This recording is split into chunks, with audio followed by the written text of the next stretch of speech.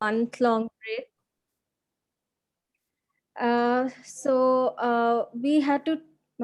We started the webinar on the 22nd of March on the World Water Day.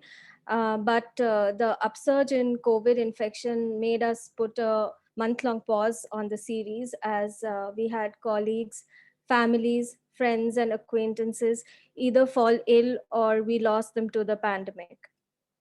One such person we lost was Dr. Shirdi Prasad Tekur. He was a beloved community physician and also a trustee to ESG, and we lost him on the 16th of May.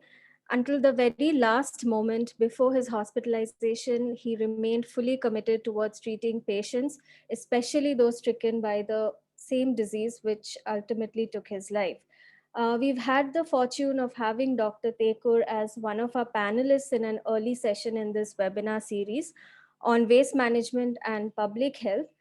We have a brief clip recalling his invaluable inputs. I request my colleague Varun to play the clip.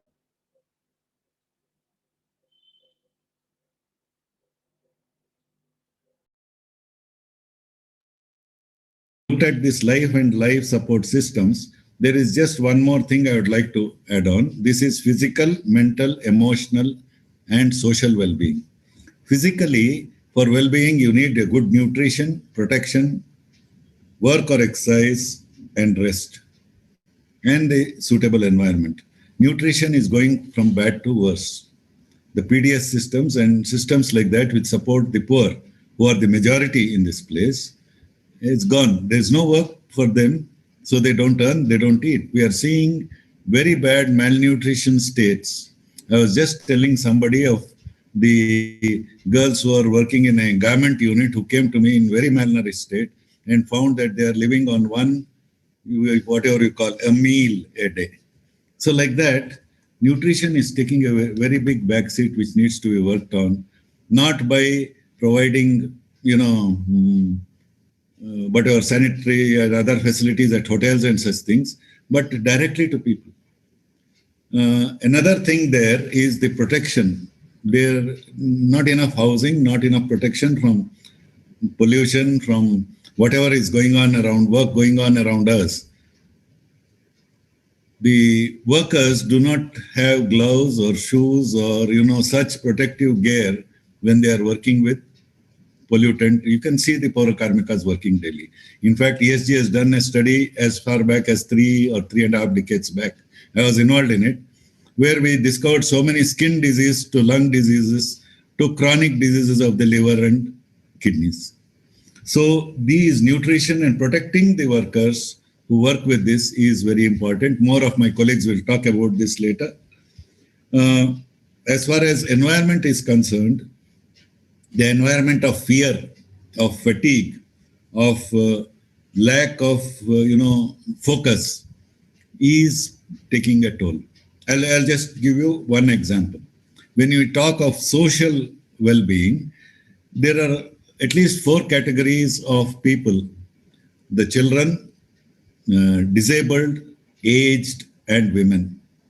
We may give a lot of what you would call reservations and all to various castes and classes depending on political whatever considerations. Yet these 4 vulnerable groups have to be instantly tackled, quickly tackled for health. And I've got one solution here. There are enough big hospitals and corporate hospitals. As a private practitioner and as a practitioner for more than 40 years standing in Bangalore, I have got a contact with a lot of individual practitioners who do a lot of charity to these people who cannot afford it. Is that possible for these bigger hospitals and others to run a daily OPD of minor ailments, because these are the ones which become major? And we have got the Janaushadhi outlets now. Can these be put into use? So not just improving the health, but even tackling the ill health at an early stage is an imperative which we see now. I think I just finished my...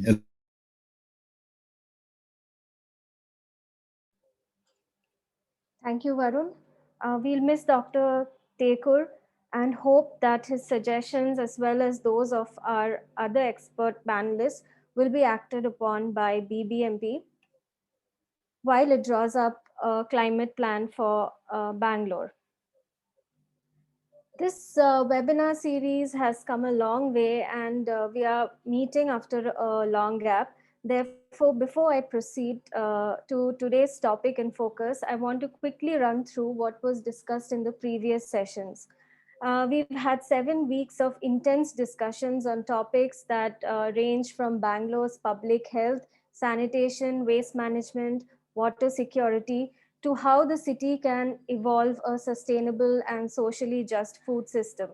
We've also had rich discussions on common spaces of the city that can be biodiversity rich, inclusive, and economically viable.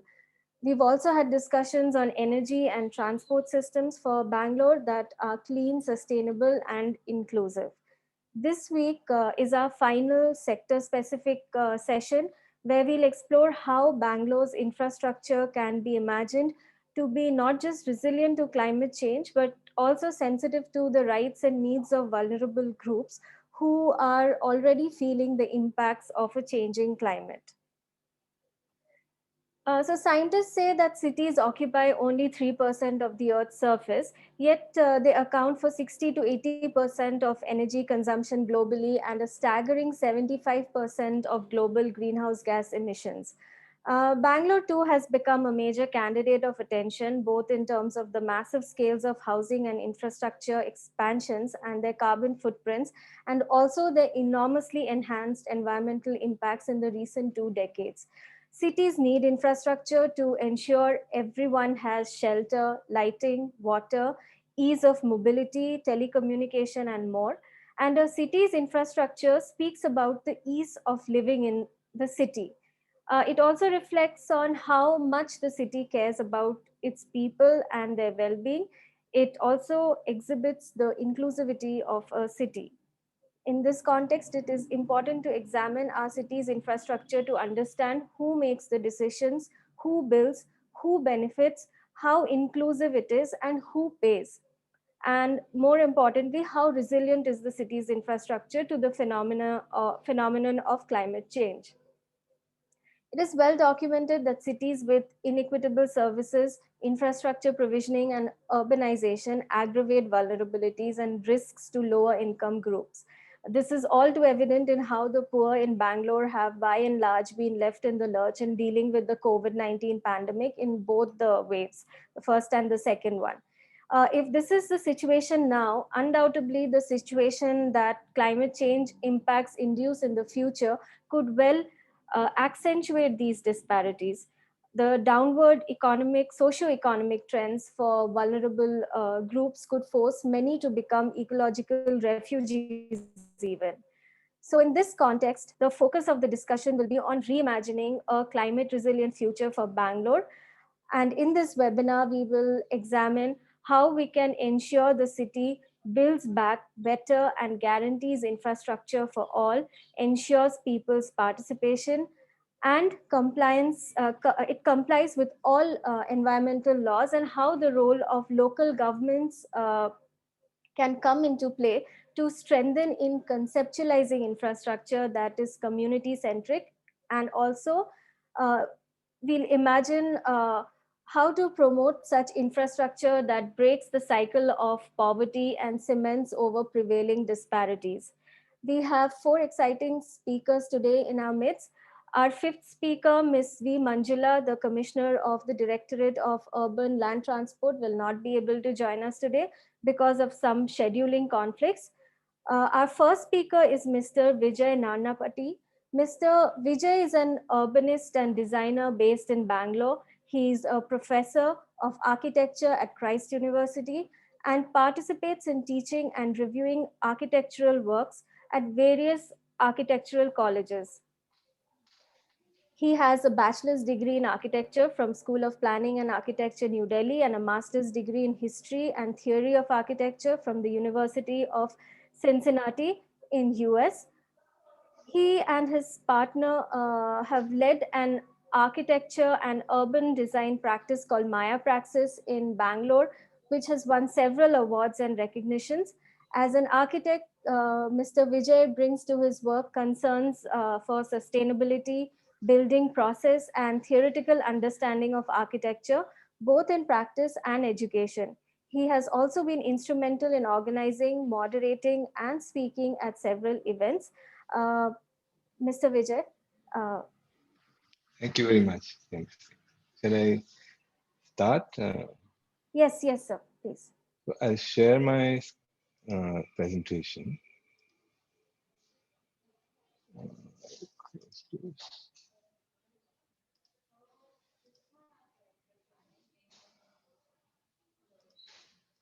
Okay. Good evening, and thanks for having me here. I have been associated with ESG from a long time. Especially, I started my little activist life at Hasiru Usuru, and it really made a big difference to my perspective now.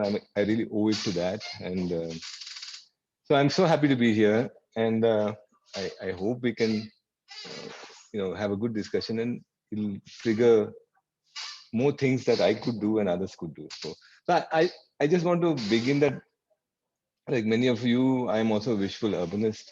And last week I gave a talk saying consequences of being a visual urbanist somewhere. So I said, let me take the consequences off. I am always a visual urbanist. And I would very much like to reimagine Bangalore's infrastructure as a resilient, infrastructure, resilient city. So if you I thought we'll start with defining things because I'm also so not so clear everybody's on the same page.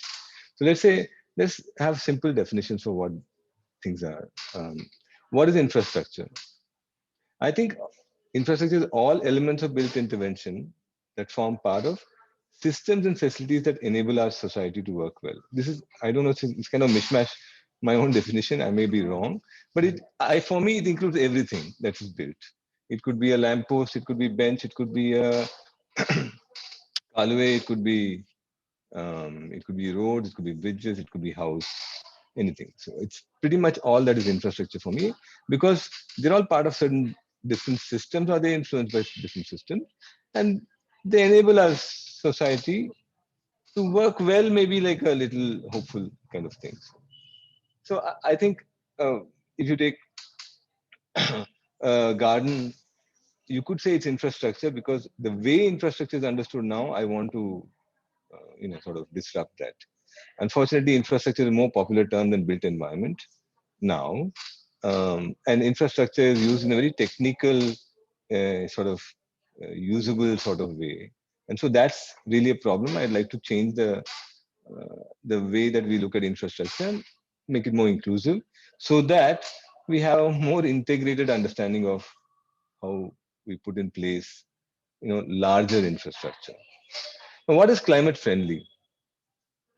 I think it's important because I would say climate responsive. Climate friendly is also a nice word. Well, it is basically living in a way that does least harm to the environment. Mind you, all of us, I sure agree that the way we live, whatever we do, we are harming the environment. I mean, even if you build a small house somewhere or you make a small farm somewhere, you are transforming the environment, and I think more harmful than better, right? Most of the time. And so I'm hoping that by living in a way that is climate friendly, we can do the least harm possible to the environment. And that is contextual. I mean, living in cities, the way that we live, I don't have to remind anyone that we're causing enormous harm to the environment and being complicit in that. I'm an architect and I build stuff and I help design stuff to be built, and I'm completely complicit in this and I'm completely guilty to screwing up the environment. So making it climate friendly is the least of the the best thing that I could possibly do to kill my guilt, right? So this is another perspective. What is climate friendly infrastructure? It's infrastructure that does least harm to the natural environment. So I think so. I want to put in place that infrastructure that does least harm to the natural environment. Again, it's least, it's contextual.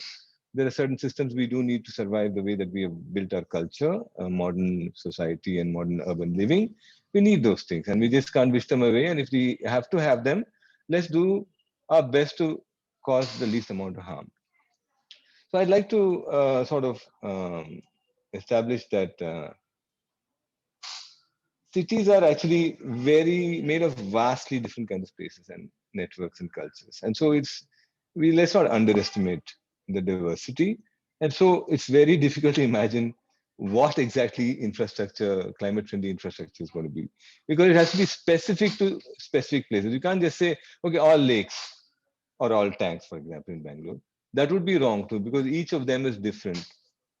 You can't say all streets, because every street is different. So if you understand from my perspective, I'm sure from anyone's perspective, any citizen's perspective, Gandhi Bazaar is going to be different. Gandhi Bazaar is a favorite place because I'm working on a project that will hopefully transform it into a better place. It's going to be different from Jayanagar third block or Indiranagar, or obviously. So it's so obvious that every street corner is different, every stretch of the street is different, every entry to a building is different. So how do you deal with this? I mean, so can we how do we address this? Second thing is, it's made of vast networks. I mean, there are networks of people, networks of engineering systems, services. Then there's networks of, intangible things like, sort of, there's ethos. So I think those are very, very important considerations. So like safety, for example, comes from of course, certain systems that are put in place, like security systems, certain things that are actually, ethos is more reliant on, idea of safety is more reliant on how we are able to be together in a place. So it also is inclusive of that. And urban cities are also, of various different cultures, and we have to just embrace all these, but recognize that they have distinct cultures that also come together. So I think this is an important point I want to make in my introductory sort of thing. And then it's used and made by different sets of people. This is very important to understand. Now, I might be an architect, and I am very conscious that I'm somebody who's not really eventually going to be embedded and using that space as much as so many other people are going to be doing that. So, but I am, along with many others who are not going to be part of the people who are actually completely embedded in it, we are doing the work. And so it's made by different sets of people and used by different sets of people. So it's also more important to understand this concept. That's why most of our infrastructure projects are completely flawed. And the biggest problem is that we seldom meet and discuss it, right? Um, so which means neither can we. There's a sort of condescending attitude from most, let's say, people who are making this, that we're making it for the good of the people, and so that's a problem. And the people on the side who are getting the transformation of the space or place or whatever, they probably never don't understand why they have to things have to change, and what is it that they're changing, what are they getting out of this. So most of the time this is what happens, and the capacity for understanding each other is very low right now in our country, and there are not many mechanisms to do that, and it's a big struggle to really try and get these two to meet. Okay? Then of course there's also this idea that climate friendly is ecological, and ecological is can never be separate or from being people friendly. So I know certain ecologists will say you can't make it all human centric, but I'm talking about cities, right? So we're not talking about areas outside. We're talking about cities. Urban areas are primarily designed for people and by people, and the people are the main thing that inhabit it, and there has to be a people friendly approach to it. Of course, that does not mean we exclude other flora and fauna. It has to be inclusive of that. But I just want to make a point that we're such diverse people that we generally, at least in this day and age, we tend to be differentiating between each other rather than finding common ground. So how can we be inclusive is a big I think paradigm shift we have to make, because currently, because I am inside the system of infrastructure change, I can see that it's completely exclusive. And so how to make that change? And in small ways, I think all of us can make it, and I'm doing what I could in certain projects. So I want to end with these uh, five ideas. I think this is inspired from Das, one of our friends from ESG, and we Hasiru Usru, who has this three word idea, but I'll not talk about that now. It's built on that. It's reduce, respond, reimagine, regulate, and resist. So I think what we have to do is, I mean, I please don't take it like a formula. Don't be cynical about this. I just want to see how we can rethink this. So reduce unchecked arbitrary infrastructure projects. I mean, I'm sure Tara is going to speak about this. So any of you know very well how Bangalore is prone to this disease of arbitrary infrastructure projects. So what do we have to plan intelligently integrating urban spaces, networks, and administration. So there will be one item here, it's completely it's being plonked there like a satellite, but it has nothing to do with the rest of it. So there's no social impacts understanding, there's no study even, there's no environmental impact understanding, and metro, any of the bridges, any of the lake developments, they don't think comprehensively. So there's a big problem. Not that we don't have people who can't think about it, and I think most bureaucrats understand it, but it's just a convenient way of ignoring stuff and doing the job, and that becomes more important than anything else, and that's where the problem happens. So reduce unchecked arbitrary infrastructure projects. Establish some core principles and standards, but respond and adapt locally. This is another problem in infrastructure projects, that there is a certain way to design a bridge or a sort of a, let's say, metro. I'm talking about these larger projects because this everybody knows. But it has to adapt locally. It has to be responsive. So if you plonk a metro in the middle of the road, I mean, first of all, it's ugly and terrible. But if you do that, how do you make it responsive to the local landscape? How do you make it fit and in a climatically responsive way? So that's important. Adapt it locally, and every stretch has to be designed locally, and it can be done. It's not a hard task to do. And so I think first of all, you can question whether metro is required. That's a different argument. But if you have it anyway, then what do you do about it? Then you reimagine spaces to bring a climate and people-friendly approach. Reimagining spaces, meaning we have so many spaces which have completely got destroyed because of the vehicular priority that we have. Not only vehicular priority, it's mostly private vehicles. So case in point, I would like to speak about Gandhi Bazaar, but because I know it, I'm very familiar with it, and how it may have been a road where everybody shared the road space and traffic would weave its way through it, maybe pre-colonial, well, pre-independence time, but then slowly it became filled up with traffic. And now if you go, there's vehicles everywhere, and where are the people? They are stuck in the narrow path of the narrow gap of the footpath between the shops and the railing.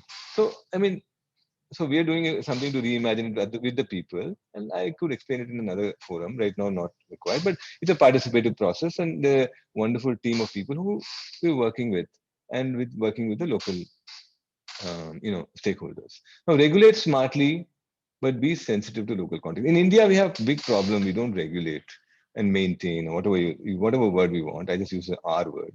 So regulate smartly, but be sensitive to local context. It's extremely important, and I can't, I know, so if you have certain standards, then you have to regulate them. If you have certain rules, you have to regulate and make sure the rules are followed. This is a very problematic area in our. So the NGT rule is there, nobody follows it. Even if there is rules on the road, certain do's and don'ts, we have a tough time following all that. So at the same time, we can't say that the same rules have to exist in a highway as compared to inner city street, or even a regular important arterial road, or a market street, or we can't. No, we have to localize it and be sensitive to the local context. Then your regulations have to change, and you have to regulate smartly. That's what. And lastly, I think resist exclusiveness. And these projects are all exclusive. Resist exclusiveness, short-termness, and grandness. There's all these grand legacy projects people want to bring because it's a very short-term attitude. So I'll disappear, but these people look at this piece of infrastructure and remember me. You know what I'm talking about, right? So that is the biggest problem we're facing in Bangalore. And promote smaller, local, inclusive, and long-term thinking with ecology underlying everything. Meaning, if you look at the history of Bangalore, that we have covered up all our tanks. Tanks were actually devices that actually created this entire urban landscape. And first agricultural landscape, slowly it grew into a city. And it is Bangalore was existed because of the tanks. And now look at what we've done. We've really made one tank into a stadium, one tank into bus stand, one tank into something else.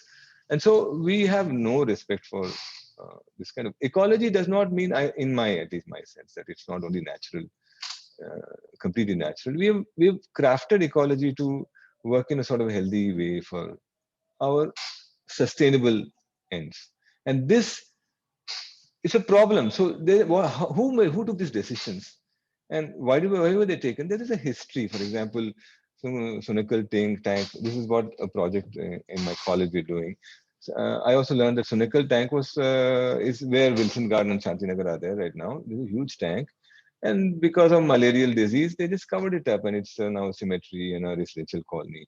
So, and so there is a sort of trigger, but there is a trigger, but there's no sort of understanding of long-term thinking. Maybe we can't go back and blame anybody at that point of time, but at least now we have to start thinking like that. So I'll just say three more slides. I just end it. So there are certain efforts which really have shaped my thinking, and one of the things was with ESG and Hasiru Usru, we had this Namaraste Namar Uru and road widening and metro, a protest on one hand, a legal resistance on the other, and campaign, and on the other hand, is very citizen-oriented, grassroots, sort of campaign. This really shaped my thinking. I think we need to do much more of these as much as possible. The second project is for me, it's something hopeful, wishful, like I'm telling you, that we did a participatory process with Brinda and a couple of others, and it's a wonderful effort for me. It's a learning effort how we can have inclusive design processes. We can have infrastructure that can be inclusive, and it's yet to happen. I hope it happens. But I must tell you, we put our heart into making it as participatory as possible and as inclusive as possible. I won't go into it. And the third is how, simple example is Putnali Lake near my house, and how it is both inclusive and exclusive. And it is a problematic. You can't use the same one lens to judge everything. There is a wonderful set of citizens who actually made it revive this tank, and it's a concerted effort from a long time, and with gentle, patient, and strenuous effort. At the same time, it may be exclusive because it does exclude people who are otherwise very much in the edge of the lake, and they are just poorer people, and their use of the lake was very different. So there are all these gray areas, and while I appreciate what the group of citizens have done, I am also wondering whether critical about how they should deal. So we are engaging with them and seeing what is the right solution at this point. So everything has to be contextual. And the last I'll end with this wonderful um, you know wall painting street mural by Bansky in New York, which shows how in our cities there's a lot of money. There is no dearth of money, and there's a lot of capital that's being invested, especially in infrastructure, because we're talking infrastructure. But at the moment, what's happening is the way that it is being spent, it is only driving away those people who are absolutely essential and fundamental to how a city works. So how are we going to look at I mean, the infrastructure building is one problem, but how we spending this money is another vastly different problem, which is not really in my domain. So I feel a little helpless about this. I hope somebody else can shed light on this. Thank you very much. Thank you, Vijay, for your insightful intervention that infrastructure needs to imagine and be inclusive of diversity of all kinds, and includes all people, places, culture, and the networks of the city. Our next speaker is Tara Krishnaswamy. She has a background of techie, but she is prominently a citizen activist. She is the co-founder of Citizens for Bangalore, a grassroots people's movement with landmark campaigns like Steel Flyover Beda, campaigns for mass public transit like the Chukubuku Beku and Bus Bhagya Beku, for suburban gains and public buses, and Beku Beda Sante for the Citizens Manifesto in Bangalore. She is also the co-founder of Shakti, a non-partisan women's collective passionate about female leaders Sana, in politics. it's okay. Would you like to introduce yourself then? I think it's plenty of introduction. Thank you. All right. Thank you for the invitation and hello to everyone. And I'll jump right in if that's okay. Yes, Tara, please go ahead. So today I'm going to do a little bit of thinking about how we can fish as opposed to catching the fish. So Vijay had a lovely presentation about what it means to actually reimagine Bengaluru's infrastructure. I'm going to rather talk about how we can go about reimagining it, not as much what the reimagined infrastructure will look like or won't look like. So I want to start with the climate change piece of the story. And if you look at, how climate change headlines look like, right? Today, this is today, I just sort of cut out, I just searched for it and cut out some of the headlines and put it here. And you can see for yourself, it talks about risk analysis. It talks about transdisciplinary projects to look at cities and water. And if you see the picture, it seems to me like a river in the mountains. It doesn't seem to me like, there's a problem. There's a river that seems to be flowing whole hog. And then it talks about cities not being prepared for migrants. And that I think has a picture of a slum.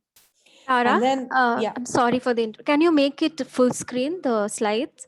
My suspicion is that it won't move if I make it full screen because it's a Mac. There are some issues, but I will try. If I can't move, if you don't see the next slide, when I say next slide, you let me know. Okay. You see the full screen slide now? Yes.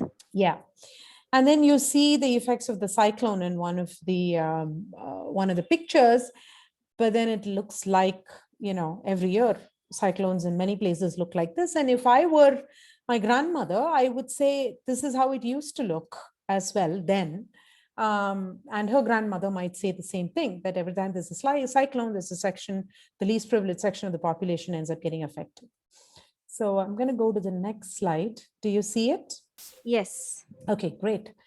And then if we look at, because we're talking about Bengaluru and urban, sustainable urbanism, if you will, these are actual sort of statements or headlines about our cities, right?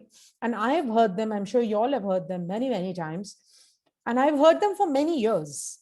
Chennai will run out of water in 25 years. Bengaluru will have 20 million people in 10 years.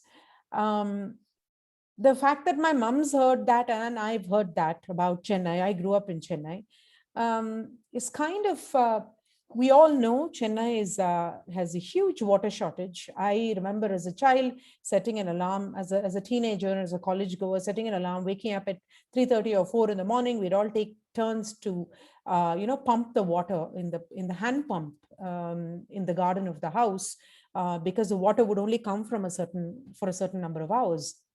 We'd all take turns. And then, okay, most people in Bengaluru won't know how much 20 million is. Most won't. First of all, India doesn't measure in millions.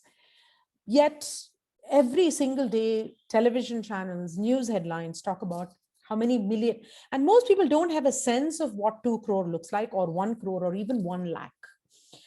It's very, very difficult. The human mind doesn't work well with scale. We know that. That's why many people can't see the forest for the trees. Mumbai to be submerged by 20, we've heard this a lot, right? And Mumbai has been standing for 300 years and has been standing. That's not to say these cities haven't suffered. They suffer incredibly every time there's a flood in Chennai, every time, there is even flash floods in Bengaluru, the streets get flooded. We've gone from being a garden to a garbage city, temperatures have risen. I'm not talking about the truth of it. I'm talking about how these read for the common person and what impressions they are bound to walk away with if we stop wearing our hat and start wearing the common person's hat. Antarctic ice sheets. People can't even imagine or fathom how that can cause rising sea levels in India and what that matters. You go to the beach every day, you see what you see, right? Even though you may have been hit by a tsunami. That happens. Nobody living remembers when the last tsunami happened. So for 99.9% of the people, it's a freak thing. It's a freak incident. And you don't kind of make drastic changes like rebuild a city around a freak incident. That's how people think. It's natural. And the reason I say that is because everyone everywhere is struggling to get governments and public administrators, even citizens, to understand the seriousness of climate change. And the worst of all is pollution, right? AQI has no meaning for any normal person. And that number, whether it's 255 or 500 or 50, has no meaning at all for anyone. So there's this really a funny thread I recently came across on Twitter where somebody posted the protractor and a compass, just the protractor and the compass, and said, "Ye kiske liye malum hai kya?" I mean, do you know what this is for? It's a serious question because in so many years of, and this is an adult, right? In so many years of doing math and doing, I found the answers just hilarious. If you find this thread on Twitter, I encourage you to go look at it. It's beyond hilarious, where people talk about, you know, maybe the compass is to poke both your eyes out simultaneously when you can't understand this professor or whatever. It's hilarious answers, but it tells you that a lot of people actually have no idea, seriously, what one would use a protractor for, or what one would use a set square for, or a compass for, and why would you need it? And I think climate change community, that picture encapsulates climate change. The right side diagram for me encapsulates climate change communication everywhere. It's based on science and data. It's based on consumption and depletion of resources. It's based on scale and growth at an unfathomable level for the human mind. It's well known that the human mind can't kind of extrapolate and think about in 20 years something will happen, right? And it talks about distant catastrophes like icebergs melting in the Arctic. And then it's very, very derivative, right? Like the Antarctic ice sheets is somehow going to rise the sea levels on the Odisha coast and what it's going to do to Ridley turtles. And there is an information overload about this. And there's also fatigue because like I was saying, you know, with the other slide that I showed. Okay, so this is the thing. This is what happens. 1 second. Okay. With the other slide that I showed, like I was saying, I pointed out that from my mom to my grandmom, everybody has seen these cyclones and it's always looked like this. So when it always looks like this, then it doesn't feel like anything is changing today. We know for a fact something is changing today, but because of the data, but that's the whole point, is that this is extremely based on data. All right, so this is not working. Sorry, I'm going to have to share it like this for a minute. Okay, you can see my screen, right? Yes, I can see it. Okay. Okay, so now, so what do we do? And then there is fatigue about this because, as I said, this every flood you see this, so you feel, and my grandmother has seen it, and everybody has seen it, so you don't feel like something unusual is happening. And it's always talking about them and there for a lot of things. It's like something is going to happen to them. You're not the one that's living right next to the coast, right? You're not the one that's living right next to the river that's in Spate. So it's always about them and it's there. Even in your own city, it's there, not here. So some of the researchers tried some really, really interesting experiment. They tried this experiment with the Japanese salarymen, as they're called in Japan, where what they did in order to, it's a climate change experiment, what they did was to tell them, and this is a standard Japanese office. So what they're standing outside the office, but this is how they look inside the office. What they did to illustrate the cost of the carbon footprint and the cost of a glass front, centrally air conditioned, multi-story, and n number of lifts going up and down, right, at will, is to ask an entire floor to belonging to a particular company to take off their jackets and loosen the tie for that month, for the entire month, right?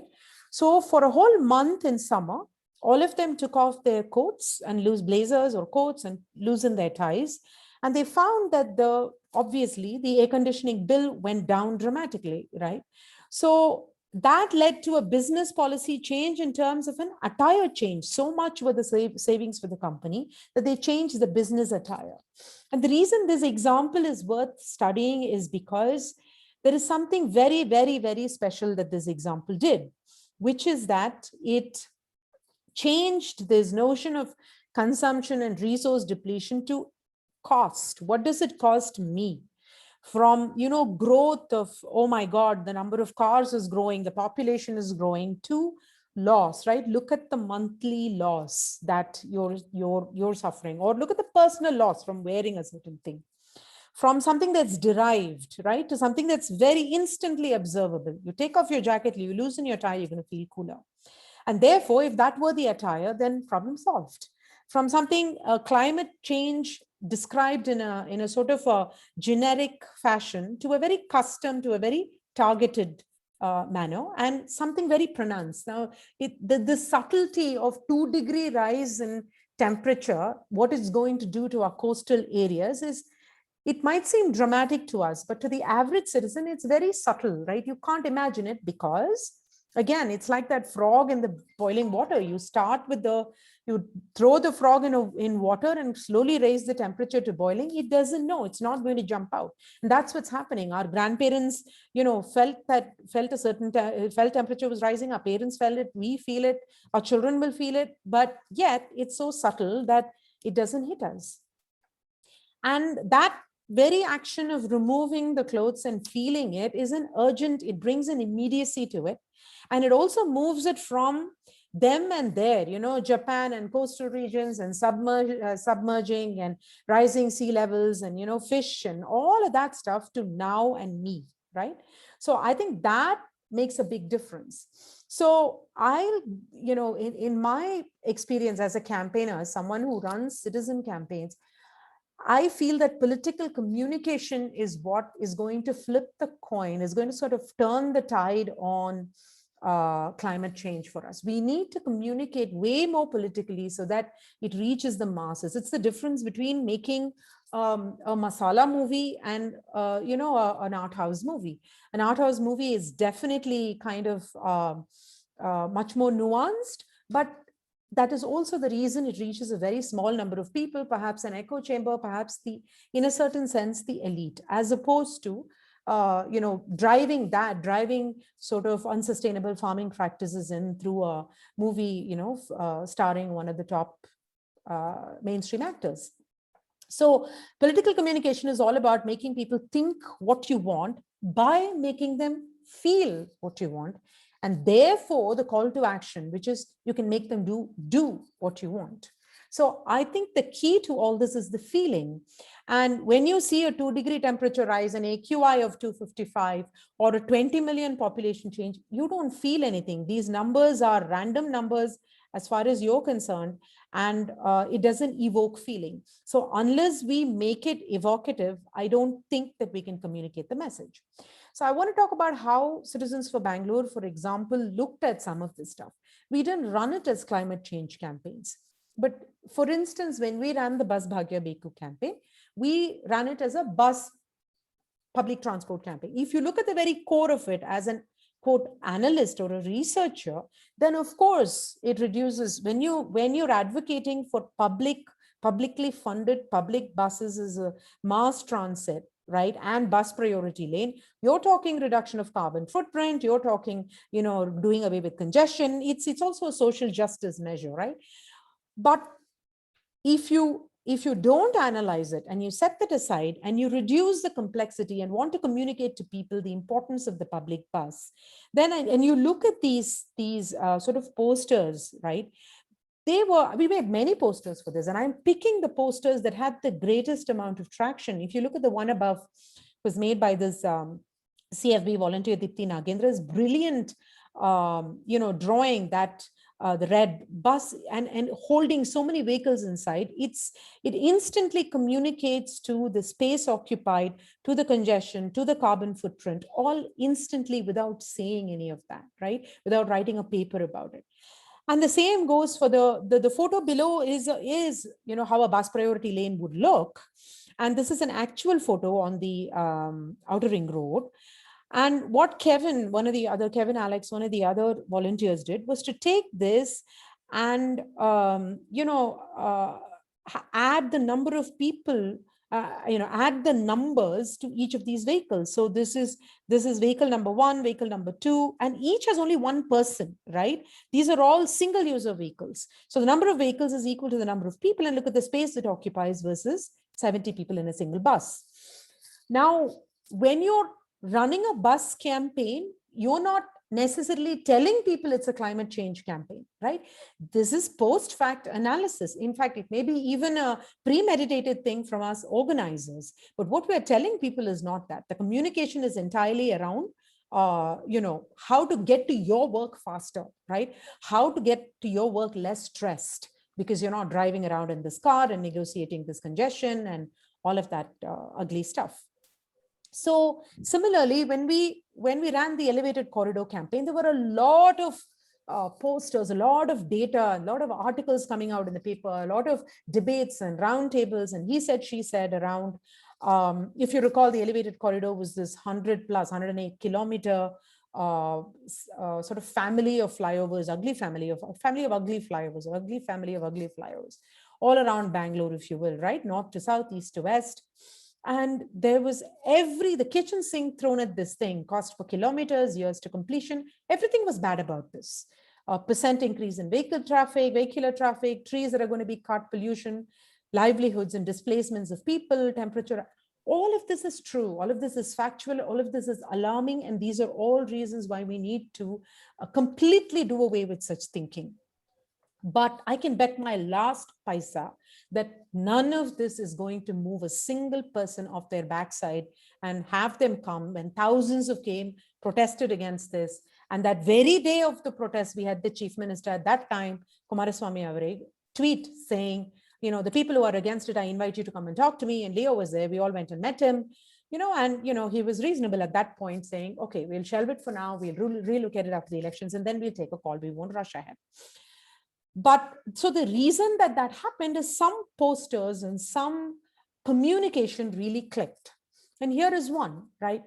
That picture for most people is alarming. It moves people. Remember the slide we talked about making people feel what you want? If they don't feel things, they're not going to think what you want. They're not going to do what you want. So to me, this is incredibly important. This is a real picture of a mask of a bicycle rider in Bangalore, riding along, the Sarjapur Outer Ring Road stretch from Silk Board. And this is 5 days of usage, riding to work and back. And this tells a story like nothing else, because if you're a mother looking at this, if you're a bicyclist looking at this, if you're just anybody out on the road looking at this, this is, you might have... Tara, I'm sorry to interrupt. I think the slides are not changing. Okay. And also, can you please wrap up in Yes. like a couple of minutes? Okay, Yes. Thank you so much. Sure. Okay. Yeah, if I make it full screen, that happens. I'm just not going to make it full screen. So I hope you saw the bus campaign. And, I was talking about how this picture of the mask made a lot of difference for the elevated corridor. So what I will say is similarly, so therefore, if we come to our final question to wrap up, how to devise a climate change resilient city infrastructure. Everybody goes to what should the master plan and land use look like and the transport look like and the livelihoods look like. I would say the answer has to come from people, from ward committees, right? And to get people into ward committees, we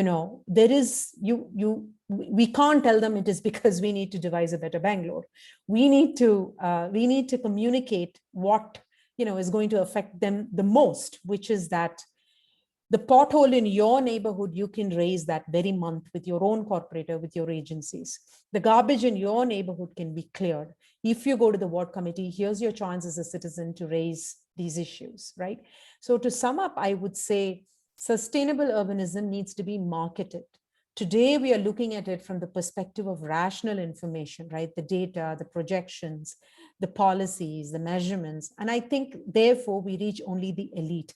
I don't even like the word climate change. Wearing my other hat, working on Shakti and women's representation, I'm so happy in retrospect that I persisted calling it Shakti and not something that had the word femme or feminism in it, because as a proud feminist, I can tell you it's a turn off for many, many ordinary people who are feminists but won't accept it. So I think we need to mainstream some of this stuff. And if we don't, we lose people.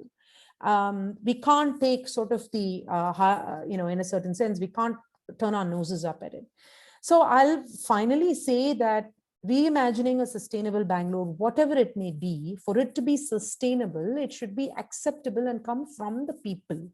The master plan, the land use, everything. For it to come from the people, it has to come up from ward committees. And then, of course, there are people that have, the bird's eye view of things and experts and domain experts and so forth. But it has to come from the people and consolidate. And for that, I think the biggest hole that we see today is that there is a lack of political communication, branding and marketing, and mainstream campaigns around climate change. Thank you. Thank you, Tara, for pointing out that it is important that everyone understands the scale and growth level of risks and catastrophes that are associated with climate change, and also the importance of having a functional ward committee. Our next speaker is Mr. B. Suresha. He is a popular actor, director, and producer. He is the president of Suchitra Film Society since 2018 and a trustee of Rangashankara Bangalore and Natana Mysore. He made his debut as a child actor with the film Ghata Sharada in 1977 before working with Shankar Nag as an assistant director on several ventures like Malgudi Days in 1986. He worked as a scriptwriter to many films and collaborated with Mr. Ravi Chandran as writer and assistant director. He also worked as a television serial director and made his directorial debut with Artha in 2002 and went on to direct several more films, including Putta Kana Highway, which documented the displacement of farmers due to construction of roads that are often considered as epitome of development. Today, Mr. Suresha will be speaking in Kannada. After his talk, Ms. Bhargavi Rao of ESG will be translating it for a non-Kannada audience. Thank you, Mr. Suresh, for being here. Thank you. Thank you, Sana. ನಾನು ಕನ್ನಡದಲ್ಲಿ ಮಾತಾಡ್ತಾ ಇರೋದಕ್ಕೆ ಎರಡು ಕಾರಣ ಇದೆ. ಮೊದಲನೇದು, ನನಗೆ English ಬರೋಲ್ಲ ಅಂತ ಅಲ್ಲ, ನಾನು ನನ್ನ ಭಾಷೆಯನ್ನ ನಿಮ್ಮ ಕಿವಿಗೆ ಹಾಕಬೇಕು ಅಂತ. ನಾನು ಇಮ್ಯಾಜಿನ್ ಮಾಡುವ ಬೆಂಗಳೂರು ಕನ್ನಡದ್ದಾಗಬೇಕು ಅನ್ನುವುದು ನನ್ನ ಮೊದಲ ಆದ್ಯತೆ. ಹಾಗಂದ್ರೆ ಅದೇನು ಫೆನೆಟಿಸಿಸಮ್ ಅಲ್ಲ, ಇದು ಬದುಕುವ ಕ್ರಮ ಅನ್ನುವ ದೃಷ್ಟಿಯಿಂದ. ಎರಡನೇದು, ಒಂದು ವಿದೇಶಿ ಭಾಷೆಯಲ್ಲಿ ನಾನು ನನ್ನ ಸಂಕಟವನ್ನ ಮಾತಾಡೋದಕ್ಕಿಂತ ನನ್ನ ಭಾಷೆಯಲ್ಲಿ ನನ್ನ ಸಂಕಟವನ್ನ ಹೇಳುವಾಗ ಅದು ಹೆಚ್ಚು ಆತ್ಮವಿಶ್ವಾಸದಿಂದ ಸತ್ಯದ ಹತ್ತಿರಕ್ಕೆ ಹೋಗುವ ಹಾಗೆ ಇರ್ತದೆ ಅನ್ನುವುದು ಎರಡನೆಯ ಕಾರಣ. ಇದೆಲ್ಲ ಮಾತಾಡುವಾಗಲೂ ನನಗೆ ಇಂಗ್ಲಿಷ್ ಚೆನ್ನಾಗಿಯೇ ಬರ್ತದೆ ಅನ್ನೋದನ್ನ ತಾವು ಅರ್ಥ ಮಾಡ್ಕೊಳ್ತೀರಿ ಅಂತ ಭಾವಿಸ್ತೇನೆ. ಹಲವು ವಿಶ್ವವಿದ್ಯಾಲಯಗಳಲ್ಲಿ ನಾನು ಇಂಗ್ಲಿಷ್ನಲ್ಲಿಯೇ ಸಿನಿಮಾ ಸ್ಕ್ರೀನ್ ಪ್ಲೇ ರೈಟಿಂಗ್ ಅನ್ನ ಪಾಠ ಮಾಡ್ತೇನೆ. ಈವರೆಗೆ ಮಾತಾಡಿದ ಇಬ್ಬರು, ವಿಜಯ್ ಅವರಾಗ್ಲಿ ತಾರಾ ಅವರಾಗ್ಲಿ, ಇನ್ನೊಂದು ಅರ್ಧ ಗಂಟೆ ಮಾತಾಡಿದ್ರು ಕೇಳಬಹುದಾದಷ್ಟು ವಿಶೇಷವಾದ ಮಾತುಗಳನ್ನ ಮತ್ತು ಗಮನಿಸಬೇಕಾದ ಮಾತುಗಳನ್ನ ಆಡಿದ್ದಾರೆ. ಅವರಿಬ್ರು ಅದರಲ್ಲಿ ಕ್ವಾಲಿಫೈಡ್ ತಜ್ಞರು ಅಂತ ಕರೆಯಬಹುದಾದಂತಹ ಜನ. ನಾನು ಹಾಗೆ ಅಕಾಡೆಮಿಕ್ ಆಗಿ ಒಂದು ನಗರವನ್ನ, ಅರ್ಬನ್ ಇಂಜಿನಿಯರಿಂಗ್ ಅನ್ನುವುದನ್ನ ಕಲಿತವನಲ್ಲ. ನಾನು ಕಲಿತದ್ದು ಸಿರಾಮಿಕ್ ಇಂಜಿನಿಯರಿಂಗ್. ಸೊ ನಗರ ಪ್ರಜ್ಞೆಯ ಭಾಗವಾದ ಇಟ್ಟಿಗೆಯನ್ನು ತಯಾರು ಮಾಡುವ ತಂತ್ರಜ್ಞಾನ ನನಗೆ ಗೊತ್ತು. ಎನಿವೆ, ಇಷ್ಟೆಲ್ಲ ಆದ್ರೂ ನಾನು ಆಡುವ ಮಾತನ್ನ ಸ್ವಲ್ಪ ಫಾರ್ಮಲ್ ಆಗಿ, ತುಂಬಾ ಅಕಾಡೆಮಿಕ್ ಆಗಿ, ಯಾವುದೋ ಸ್ಲೈಡ್ಗಳನ್ನೆಲ್ಲ ತೋರಿಸ್ತಾ ಮಾತನ್ನ ಆಡಲಾರೆ. ಆ ತರಹದ ಮಾತು ನನಗೆ ಗೊತ್ತಿಲ್ಲ. ಸೊ ಹೀಗಾಗಿ ನಾನು ನನ್ನ ಮಾತುಗಳನ್ನ ನಿಮ್ಮ ಎದುರಿಗೆ ಕೆಲವು ಮೆಟಫರ್ಗಳನ್ನ, ರೂಪಕಗಳನ್ನ ಇಡುವ ಮೂಲಕ ಮಾತಾಡ್ತೇನೆ. ಇವತ್ತಿನ ಮಾತುಗಾರಿಕೆಗೆ ಕರೆದಾಗ ಕೊಟ್ಟ ವಿಷಯ reimagining Bangalore as a sustainable development. ಹೀಗೆ ಅದೇನೋ ಒಂದು ಹೆಸರಿದೆ. ನನಗೆ ಕೇವಲ ಬೆಂಗಳೂರು ಅನ್ನುವುದಲ್ಲ, ಎಲ್ಲ ನಗರಗಳನ್ನು ಕೂಡ ನಾವು ಮತ್ತೆ ಗಮನಿಸಿ ಮರುಸೃಷ್ಟಿಸಬೇಕಾದ ಅಗತ್ಯ ಇದೆ ಅಂತ ಅನ್ಸುತ್ತೆ. ಸುಸ್ಥಿರ ಸಸ್ಟೈನಬಲ್ ಡೆವಲಪ್ಮೆಂಟ್, ಸುಸ್ಥಿರ ಅಭಿವೃದ್ಧಿ ಅನ್ನುವುದು, ಅಸುಸ್ಥಿರ ಅನ್ನುವುದಕ್ಕೆ, ಸುಸ್ಥಿರ ಅಭಿವೃದ್ಧಿ ಅನ್ನುವುದಕ್ಕೆ ಇರುವ ನಿರ್ವಚನಗಳು, ಡೆಫಿನಿಷನ್ಗಳನ್ನು ಕೂಡ ನಾವು ಮರಳಿ ಮರಳಿ ಗಮನಿಸಬೇಕಾಗತ್ತೆ. ವಿಜಯ್ ಅವರು ಮಾತಾಡ್ತಾ ಈ ಡೆವಲಪ್ಮೆಂಟ್ ಅನ್ನುವುದರ ಡೆಫಿನೇಷನ್ಗಳನ್ನ ಸಾಕಷ್ಟು ಭಿನ್ನವಾದ ರೀತಿಯಲ್ಲಿಯೇ ನೀಡಿದ್ದಾರೆ. ಅವರು ಹೇಳಿದ 5 ಆರ್ಗಳ ವಿವರ ಇತ್ತಲ್ಲ, ರೆಡ್ಯೂಸ್, ರೆಸ್ಪಾಂಡ್, ರೀಇಮ್ಯಾಜಿನ್, ರೆಗ್ಯುಲೇಟ್, ರೆಸಿಸ್ಟ್ ಅನ್ನುವುದು ಯಾವಾಗಲೂ ನಾವು ಗಮನಿಸಬೇಕಾದಂತಹ ವಿಷಯ. ಅದರಲ್ಲೂ ಗಾಂಧಿ ಬಜಾರ್ ಕುರಿತು, ನಾನು ನನ್ನ ಬಾಲ್ಯವನ್ನು ಕಳೆದ ಜಾಗವನ್ನು ಕುರಿತು ಅವರು ನೀಡಿದ ಕೆಲವು ವಿವರಗಳು ನಿಜವಾಗಲೂ ಮನಸ್ಸಿಗೆ ತಾಗುವಂತಹ ವಿವರಗಳು. ಅವೆಲ್ಲ ಇನ್ನಷ್ಟು ಚರ್ಚೆಯಿಂದ ಮತ್ತಷ್ಟು ಭದ್ರಗೊಂಡು ಮತ್ತಷ್ಟು ಎಲ್ಲರನ್ನೂ ಒಳಗೊಳ್ಳುವಂತಹ ಅಭಿವೃದ್ಧಿ ಆಗಲಿ ಅಂತ ಹಾರೈಸ್ತೀನಿ ವಿಜಯ್ ಅವರಿಗೆ. ಮತ್ತು ಅಂತ ಚಟುವಟಿಕೆಗೆ ನೀವು ನನ್ನನ್ನು ಕರೆದ್ರೆ ನನಗೆ ಗೊತ್ತಿರೋ ಒಂದಿಷ್ಟು ವಿವರಗಳನ್ನು ಕೂಡ ನಾನು ನೀಡಬಲ್ಲೆ ಅಂತ ಹೇಳೋಕೆ ಇಷ್ಟಪಡ್ತೇನೆ. ಈಗ ಇವತ್ತಿನ ವಿಷಯಕ್ಕೆ ಬರ್ತಾ, ಅಭಿವೃದ್ಧಿ ಅಂದ್ರೆ ಏನು ಅನ್ನುವ ಮಾತುಗಳನ್ನಾಡ್ತಾ ತಟ್ಟನೆ ನೆನಪಾಗುವುದು, ಒಂದು ಬೆನ್ಸ್ ಕಾರು ಹೈವೇಯಲ್ಲಿ ಹೋಗುವಾಗ ರಸ್ತೆಯಲ್ಲಿ ಬರುವ ನಾಯಿ ಅಡ್ಡ ಬಂದ್ರೆ ಅದನ್ನ ಗಮನಿಸ್ತಾ ಕೂರೋಕ್ಕಾಗತ್ತೇನು ಅಂದಂತಹ ವ್ಯಕ್ತಿ ತಮಗೂ ನೆನಪಿರುತ್ತೆ. ಈ ಹಿನ್ನೆಲೆಯಲ್ಲಿ ನಾವು 4 ಸಣ್ಣ ಕಥೆಗಳನ್ನು ಗಮನಿಸೋಣ. ಅದರಲ್ಲಿ ಕೆಲವು ಕಥೆಗಳು ಈ ನಡೆದ ಕಥೆಗಳ ಒಂತರಹದ ವರದಿ, ಇನ್ನೆರಡು ಕಥೆಯಾಗಿಯೇ, ಸಾಹಿತ್ಯದ ವಿವರವಾಗಿಯೇ ನಮಗೆ ಸಿಕ್ಕುವಂಥದ್ದು. ಒಂದು, ಮೊದಲನೆಯದು ವೃಕ್ಷಾದೇವಿ ಕಥೆ ಅಂತ. ಅದನ್ನ ಮೂಲ ಗ್ರಾಮ್ಯ ಕನ್ನಡದಲ್ಲಿ ವೃಕ್ಷಾದೇವಿ ಕಥೆ ಅಂತ, ರು ನಾಟ್ ವೃ ಅಲ್ಲ. ಈ ವೃಕ್ಷಾದೇವಿ ಕಥೆಯಲ್ಲಿ, ಕತೆ ಒಂದು ಜನಪದ ಕತೆ. ಇದನ್ನ ಲಲಿತಾ ಸಿದ್ದಬಸವಯ್ಯ ಅನ್ನುವ ಒಬ್ಬ ಕವಿಯಿತ್ರಿ ಕಥೆಯಾಗಿ, ಅಂದ್ರೆ ಜನಪದ ಕಥೆಯಾಗಿಯೇ ಬರೆದಿದ್ದಾರೆ. ಈ ಕಥೆಯಲ್ಲಿ ಬರುವ ವಿವರ ಹೀಗಿದೆ. ಒಂದು ಪಟ್ಟಣ, ಜನಪದರ ಕಾಲದ ಒಂದಾನೊಂದು ಕಾಲದಲ್ಲಿ ಅನ್ನುವ ಹಾಗೆ, ಅದನ್ನ ಆಳ್ತಾ ಇರುವವಳು ಒಬ್ಬ ರಾಣಿ. ಅದೊಂದು ಮೆಟ್ರಿಯಾರ್ಕಲ್, ಮಾತೃಕುಲ ಇರುವಂತಹ ಒಂದು ವ್ಯವಸ್ಥೆ.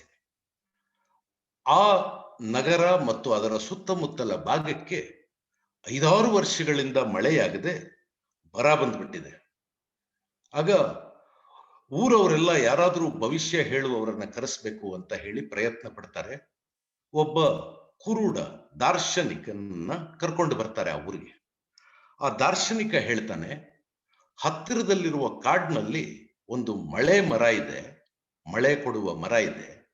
ಆ ಮರಕ್ಕೆ ನೀವು ನಿತ್ಯ ನೇಮ ಮಾಡಿದ್ರೆ, ನಿತ್ಯ ಪೂಜೆ ಮಾಡಿದ್ರೆ ಇಲ್ಲೂ ಮಳೆ ಬರುತ್ತದೆ ಅಂತ ಹೇಳ್ತಾನೆ. ಎಲ್ಲರ ಊರವರೆಲ್ಲ ಆಹಾ, ಇಂಥ ಒಂದು ಪರಿಹಾರವನ್ನು ಕೊಟ್ಟಿದ್ದಾನೆ ಅಂತ ಸಂತೋಷ ಪಡ್ತಾರೆ. ರಾಣಿ ಕಾಡಿಗೆ ಹೋಗಿ ಆ ಮರ ಎಲ್ಲಿದೆ ಅಂತ ಹುಡುಕ್ತಾಳೆ. ಆದ್ರೆ ದಿವಸ ತನ್ನ ಊರಿಂದ ಕಾಡಿನ ಆ ಮರದವರೆಗೆ ಹೋಗೋದು ಕಷ್ಟವಾಗ್ತದಲ್ಲ ಅಂತ ತನ್ನ ಸೇನೆಯ ಸಹಾಯ ಪಡ್ಕೊಂಡು ಆ ಮಳೆ ಮರವನ್ನ ತಂದು ತನ್ನ ಅರಮನೆಯ ಅಂಗಳದಲ್ಲಿ ನೆಡ್ತಾಳೆ. ನೆಟ್ಟು ಅಲ್ಲಿ ದಿವಸ ನಿತ್ಯ ಪೂಜೆ ಮಾಡೋಕೆ ಶುರು ಮಾಡ್ತಾಳೆ.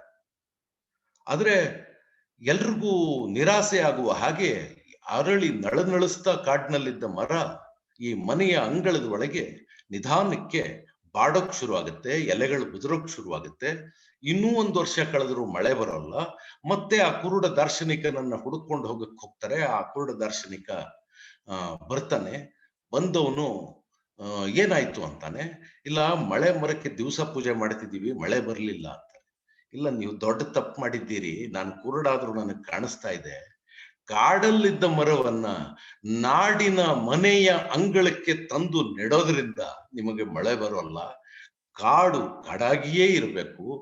ನಾಡು ಕಾಡಿಗಿಂತ ಚಿಕ್ಕ ಹ್ರಸ್ವದಲ್ಲಿ ಸಣ್ಣದಾಗಿ ಇದ್ದಾಗ ಮಾತ್ರ ಮಳೆ ನಿಮಗೆ ಸಿಗೋದಕ್ಕೆ ಸಾಧ್ಯ ಅಂತ ಹೇಳ್ತಾನೆ.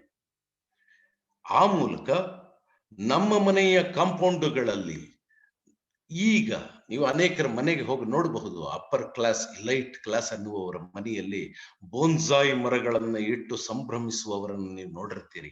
ಅವರ ಸೌಂದರ್ಯ ಪ್ರಜ್ಞೆಯ ಬಗ್ಗೆನೇ ನನಗೆ ಅಯ್ಯೋ ಪಾಪ ಅನ್ಸುತ್ತೆ. ಅರಳಬೇಕಾದ, ಆನಂದ ಕೊಡಬೇಕಾಗಿದ್ದ, ಹಕ್ಕಿಗಳಿಗೆ ಗೂಡಾಗಬೇಕಾಗಿದ್ದ ಮರ ಒಂದು ಇಲ್ಲಿ ಮನೆಯ ಒಳಗೆ ಬೋನ್ಸಾಯಿ ಮರವಾಗಿ ಮನೆಯ ಅಂಗಳದಲ್ಲಿರ್ತದಲ್ಲ, ಅದು ಸಮುದ್ರದಲ್ಲೋ ಕೆರೆಯಲ್ಲೋ ಇರಬೇಕಾದ ಮೀನು ಅಕ್ವೇರಿಯಂ ಒಳಗೆ ಮನೆಯ ಡ್ರಾಯಿಂಗ್ ರೂಮ್ ನಲ್ಲಿ ಇರ್ತದಲ್ಲ, ಅಂತಹ ಒಂದು ಪರಿಸ್ಥಿತಿ. ಇದೇ ಈ ವೃಕ್ಷಾದೇವಿ ಕಥೆಯಲ್ಲಿರುವಂತಹ ತುಂಬಾ ವಿಶಿಷ್ಟವಾದ ವಿವರ. ಈ ಕಥೆಯ ನಂತರ 2ನೆಯ ಕಥೆಯನ್ನ ಗಮನಿಸೋಣ. ಇದು ಲಕ್ಷ್ಮಣ್ ಬಾದಾಮಿ ಅನ್ನುವರು ಬರೆದಿರುವ ಒಂದು ಕತೆ. ಇದರಲ್ಲಿ ಒಬ್ಬ ಹೂವನ್ನ ಬೆಳೆಯುವಂತಹ ರೈತ ಇದ್ದಾನೆ. ಈ ರೈತನಿಗೆ ಒಬ್ಬ ಮಗ. ಅವನು ತಾನು ಬೆಳೆದ ಹೂವನ್ನ ದಿನ ನಡ್ಕೊಂಡು ಹೋಗಿ ನಗರದಲ್ಲಿ ಒಂದು ಅಂಗಡಿಗೆ ಮಾರಿ ಮರಳಿ ಬರ್ತಾ ಇದ್ದವನು. ಇನ್ನು ಹೂವ ಬೆಳೆದಾಗೆಲ್ಲ ಹೋಗಿ ಮಾರಿ ಬರ್ತಾ ಇದ್ದವನು. ಈ ಮಗನಿಗೆ ಒಳ್ಳೆಯ ವಿದ್ಯೆ ಸಿಗಬೇಕು ಅಂತ ಅವನನ್ನ ಪದವೀಧರನನ್ನಾಗಿ ಈ ಅಪ್ಪ ರೈತ ಮಾಡ್ತಾನೆ. ಮಗ ಪದವೀಧರ ಆದ್ಮೇಲೆ ಕೆಲಸಕ್ಕೆ ಅನೇಕ ಕಡೆ ಅರ್ಜಿ ಹಾಕ್ತಾನೆ. ಒಂದು ಬ್ಯಾಂಕ್ನಲ್ಲಿ, ಅಂದ್ರೆ ಹತ್ತಿರದಲ್ಲಿದ್ದ ನಗರದಲ್ಲಿರುವ ಒಂದು ಕೋಆಪರೇಟಿವ್ ಬ್ಯಾಂಕ್ ತರಹದ ಸಣ್ಣ ಬ್ಯಾಂಕ್ನಲ್ಲಿ ಅವನಿಗೆ ಕೆಲಸ ಸಿಗುತ್ತೆ. ತಕ್ಷಣ ಕೆಲಸ ಸಿಕ್ತು, ನಾವು ನಗರಕ್ಕೆ ಬದಲಾಗ್ಬಿಡೋಣ, ಇನ್ನು ಹಳ್ಳಿಯಿಂದ ನಗರದಲ್ಲಿ ಬದುಕೋಣ ಅಂತೆಲ್ಲ ಮಾತಾಡಕ್ ಶುರು ಮಾಡ್ತಾನೆ. ಮೊದಲು ಅಪ್ಪ ಒಪ್ಪೋದಿಲ್ಲ. ನಂತರ ಈ ಹುಡುಗ ಯಾವ ಬ್ಯಾಂಕ್ ನಲ್ಲಿ ಕೆಲಸ ಮಾಡ್ತಿರ್ತಾನೋ ಅಲ್ಲಿ ಅವನಿಗೆ ಸಾಲ ಕೊಡುವಂತಹ ಒಂದು ಸ್ಥಾನವನ್ನ, ಅಂತಹ ಒಂದು ಉದ್ಯೋಗವನ್ನ ಕೊಡ್ಲಾಗತ್ತೆ. Sir, Sana here. Can you please wrap up in next 2 minutes? I don't think so. I may take some more time. Please be patient. Yeah. ಈ ವ್ಯಕ್ತಿಗೆ ಬ್ಯಾಂಕಿನಲ್ಲಿ ಸಾಲ ಕೊಡುವಂತಹ ಒಂದು ಜಾಗ ಸಿಕ್ಕ ಕೂಡಲೇ ಆತ ಏನ್ ಮಾಡ್ತಾನೆ, ತನ್ನ ತಂದೆಗೆ ಮೊದಲ ಸಾಲವನ್ನು ಕೊಡ್ತಾನೆ. ಆ ಸಾಲದ ಮೂಲಕ ನಗರದಲ್ಲಿ ಮನೆ ಕಟ್ಟೋದಕ್ಕೆ ಅವಕಾಶ ಮಾಡಿಕೊಡ್ತಾನೆ. ಮಗ ತಂದು ಕೊಟ್ಟ ಸಾಲ ತೀರಿಸುವುದಕ್ಕಾಗಿ ಹೊಲವನ್ನು ಮಾರಿ ನಗರದ ಮಧ್ಯೆ ಮನೆ ಕಟ್ಕೋತಾರೆ. ಆದ್ರೆ ಆ ಮನೆಯ ಒಳಗಡೆ ಈ ರೈತ ದಿನ ಕುಬ್ಜನಾಗ್ತಾ ಖಿನ್ನನಾಗ್ತಾ ಹೋಗ್ತಾನೆ. ಯಾಕೆ ಈ ಖಿನ್ನತೆ ಅಂತ ಯೋಚನೆ ಮಾಡುವ ಮಗ ಕಡೆಗೆ ಆತ ಮಗ ಅಂದ್ಕೋತಾನೆ, ಈ ತಂದೆಗೆ ಪ್ರಾಯಶಃ ಹೂವು ಮಾರುವ ಅವಕಾಶ ಸಿಗ್ತಾ ಇಲ್ಲ ಅನ್ನುವ ಕಾರಣಕ್ಕಾಗಿ ಹೀಗಾಗಿದ್ದಾನೆ ಅಂದ್ಕೊಂಡು ಮತ್ತೆ ಒಂದು ಹೊಸ ವ್ಯಾಪಾರದ ಬಿಸಿನೆಸ್ ಲೋನ್ ಅನ್ನ ಕೊಡಿಸಿ ನಗರದ ಒಳಗಡೆಗೆ ಹೂವು ಮಾರುವ ಅಂಗಡಿಯನ್ನ ಇಟ್ಕೊಡ್ತಾನೆ. ಹೀಗೆ ಮನೆ ಕಟ್ಟುವುದಕ್ಕೆ ಒಂದು ಸಾಲ, ಅಂಗಡಿ ಇಡುವುದಕ್ಕೆ ಒಂದು ಸಾಲ ಅಂತ ರೈತ ನೆಮ್ಮದಿಯಾಗಿದ್ದವನ ನೆತ್ತಿಯ ಮೇಲೆ ಹಲವು ಸಾಲಗಳು ಬಂದು ಕೂತ್ಕೊಳ್ತವೆ. ಅಂತಿಮವಾಗಿ ಆ ಸಾಲವನ್ನು ತೀರಿಸೋಕ್ಕಾಗದೆ ನಗರದಲ್ಲಿ ಇದ್ದ ಹೂವಿನ ಅಂಗಡಿಯಲ್ಲಿ ಬೇಕಾದಷ್ಟು ವ್ಯಾಪಾರ ಆಗದೇ ಇರುವುದರಿಂದ ಒಂದು ತರಹದ ಕಷ್ಟಕ್ಕೆ ಇಡೀ ಸಂಸಾರ ಒಳಗಾಗಿ ಕಡೆಗೆ ಆ ರೈತ ತೀರ್ಕೊಳ್ತಾನೆ. ಈ ಕಥೆಯ ಮೂಲಕ ಆ ಕಥೆಗಾರರು ಲಕ್ಷ್ಮಣ್ ಬಾದಾಮಿ ಹೇಳೋಕ್ಕೆ ಹೊರಟಿರುವುದು ಕೂಡ ನಮ್ಮ ನಗರ ಪ್ರಜ್ಞೆ ಅನ್ನುವುದು ನಮ್ಮೊಳಗಡೆಗೆ ಇರುವ ನೆಮ್ಮದಿಯನ್ನ ಹೇಗೆ ಹಾಳು ಮಾಡುತ್ತಿದೆ ಅನ್ನುವುದರ ವಿವರ. ಇನ್ನು ಮೂರನೆಯ ಕತೆ ಹೇಳ್ತೇನೆ. ಇದು ಆದರ್ಶ ಮನೆಗಳನ್ನ ಕಟ್ಟುವ ಸರ್ಕಾರದ ಒಂದು ಕತೆ. ಇದು ನಡೆದ ಘಟನೆ. ಒಂದು ಜಾನುವಾರುಗಳನ್ನು ಸಾಕುವ ಒಂದು ಟ್ರೈಬ್ಗೆ, ಒಂದು ಗಿರಿಜನರ ಅಥವಾ ಪರಿಶಿಷ್ಟ ಜಾತಿಯ ಪಂಗಡಕ್ಕೆ ಮನೆಗಳನ್ನ ಕಟ್ಕೊಡ್ಬೇಕು ಅಂತ ಸರ್ಕಾರ ತೀರ್ಮಾನಿಸುತ್ತೆ. ಅವರೆಲ್ಲ ಕಚ್ಚಾ ಮನೆಗಳಲ್ಲಿದ್ದಾರೆ, ಪಕ್ಕಾ ಮನೆ ಕಟ್ಕೊಡ್ಬೇಕು ಅಂತ ಸಾಲು ಮನೆಗಳನ್ನ ಕಟ್ಟಲಾಗತ್ತೆ. ಎಲ್ಲಾ ಮನೆಯೂ 2 ಬೆಡ್ರೂಮಿನ ಸಿಮೆಂಟಿನ ಗೂಡುಗಳು. ನೀವಂತದ್ದನ್ನ ಅನೇಕ ಊರುಗಳಲ್ಲಿ ನೋಡಿರ್ತೀರಿ, ಅನೇಕ ಕಡೆ ನೋಡಿರ್ತೀರಿ. ಆದ್ರೆ ಈ ಮನೆ ಕಟ್ಟಿ ಎಷ್ಟು ದಿವಸ ಆದ್ರೂ ಯಾವ ಜಾನುವಾರುಗಳನ್ನ ಸಾಕ್ತಿದ್ದ ಜನಕ್ಕೆ ಅಂತ ಈ ಮನೆ ಕಟ್ಟಲಾಯ್ತೋ ಆ ಜನ ಈ ಮನೆಗೆ ಬಂದು ಉಳಿಯೋದೇ ಇಲ್ಲ. ಕಾರಣ ಏನು ಅಂದ್ರೆ, ಆ ಪ್ರತಿಯೊಬ್ಬ ವ್ಯಕ್ತಿ ಯಾರ್ಯಾರಿಗಾಗಿ ಮನೆ ಅಲಾಟ್ ಆಗಿತ್ತೋ ಪ್ರತಿ ಕುಟುಂಬಕ್ಕೆ ಕನಿಷ್ಠ 100 ಕುರಿಗಳಿರ್ತವೆ ಅಥವಾ 5-6 ಹಸುಗಳಿರ್ತವೆ. ಈ ಹಸುಗಳನ್ನ ಕಟ್ಟುವ ಕೊಟ್ಟಿಗೆ ಇನ್ನೆಲ್ಲೋ ಇದ್ದು ಮನೆ ಇಲ್ಲಿದ್ರೆ ಅವುಗಳ ಜೊತೆಗೆ ಬದುಕುವವರಿಗೆ ಆ ಮನೆಗಳು ಉಪಯೋಗಕ್ಕೆ ಬರೋಲ್ಲ ಅನ್ನುವ ಸತ್ಯ ಬಿಲ್ಡಿಂಗ್ ಅನ್ನ ಕಟ್ಟಿದ ಸರ್ಕಾರಕ್ಕೆ ಗೊತ್ತೇ ಆಗೋದಿಲ್ಲ. ಹೀಗಾಗಿ ಇವತ್ತಿಗೂ ಆ ತರಹದ ಆದರ್ಶ ಮನೆಗಳು ಹಲವು ಇವತ್ತಿಗೂ ಖಾಲಿಯಾಗಿರುವುದನ್ನ ತಾವು ನೋಡಬಹುದು. ಇದು ನಾವು ಅಭಿವೃದ್ಧಿಯನ್ನ ಯೋಚಿಸುವಾಗ, ಅದಾಗಲೇ ವಿಜಯ್ ಅವರು ಆಡಿದ ಮಾತಿನ ಹಿನ್ನೆಲೆಯಲ್ಲಿ ಗಮನಿಸುವುದಾದರೆ, ಯಾವುದು ಎಲ್ಲರನ್ನ ಒಳಗೊಂಡು ಆಲೋಚಿಸಲಾದ ಅಭಿವೃದ್ಧಿ ಅಲ್ಲವೋ ಅಂಥ ಅಭಿವೃದ್ಧಿಯಾಗಿ ಮಾಡಿದ ಕೆಲಸಗಳು ಬಹುತೇಕ ವ್ಯರ್ಥವಾಗ್ತದೆ ಅನ್ನುವಂತಹ ವಿಷಯ. ಇನ್ನೊಂದು ನನ್ನದೇ ಆದ ವೈಯಕ್ತಿಕ ಅನುಭವ. ಈಗಾಗಲೇ ಸಾನಾ ಅವರು ನನ್ನನ್ನು ಪರಿಚಯ ಮಾಡಿಸ್ತಾ ಪುಟ್ಟಕ್ಕನ ಹೈವೇ ಅನ್ನುವ ಸಿನಿಮಾದ ಬಗ್ಗೆ ಹೇಳಿದ್ರು. ಈ ಸಿನಿಮಾ ಮಾಡುವುದಕ್ಕೆ ಮುಂಚೆ, ಈ ಸಿನಿಮಾ 2010ರಲ್ಲಿ ಮಾಡಿದ್ದು. 2002ರಲ್ಲಿ ನಾನೊಂದು ಹೊಸ ಕಾರನ್ನು ಕೊಂಡ್ಕೊಂಡಿದ್ದೆ. ಒಂದು ಜನಪ್ರಿಯ ಧಾರಾವಾಹಿ ಮಾಡಿದ್ದೆ, ಸಾಕಷ್ಟು ದುಡ್ಡು ಬಂದಿತ್ತು. ಒಂದು ಹೊಸ ಕಾರು ಕೊಂಡ್ಕೊಂಡಿದ್ದೆ, ಅದು ವಿದೇಶಿ ಕಾರು. ಆ ಕಾರಿನಲ್ಲಿ ಬೆಂಗಳೂರಿನಿಂದ ದಾವಣಗೆರೆಗೆ ಹೋಗುವಂತಹ ಪ್ರಯತ್ನ. ಆದ್ರೆ ನನ್ನ ಒಂದು ಕಾರಲ್ಲ, ನನ್ನ ಜೊತೆಗೆ ನನ್ನ ಗೆಳೆಯರಾದ 4 ಜನ ಅವರವರ ಕಾರುಗಳಲ್ಲಿ, ಒಂದೊಂದು ಕಾರಲ್ಲಿ ಇಬ್ರಿಬ್ರೆ, ಅದು ಇಡಿಯಾಗಿ ಕಾರಲ್ಲಿ ಕೂತ್ಕೋಬಹುದಾದ 5-5 ಜನ ಅಲ್ಲ, 4 ಕಾರುಗಳು, ಇಬ್ರಿಬ್ರೇ ಪ್ರಯಾಣಿಕರು ಬೆಂಗಳೂರಿನಿಂದ ದಾವಣಗೆರೆಗೆ ಹೋಗ್ತಾ ಇದ್ವಿ. ಹೋಗುವಾಗ ಅಲ್ಲಿಯವರೆಗೆ ನನಗೆ ಇದ್ದ ಅಭಿವೃದ್ಧಿಯ ಕಲ್ಪನೆಯನ್ನ ಮೀರಿದ ಒಂದು ದೊಡ್ಡ ಅನುಭವ ನನಗಾಯ್ತು ಅನ್ನೋದನ್ನ ಹೇಳೋಕೆ ಈ ಕತೆ ಹೇಳ್ತಾ ಇದ್ದೇನೆ. ಹೈವೇ ಅದ್ಭುತವಾದ ಹೈವೇ.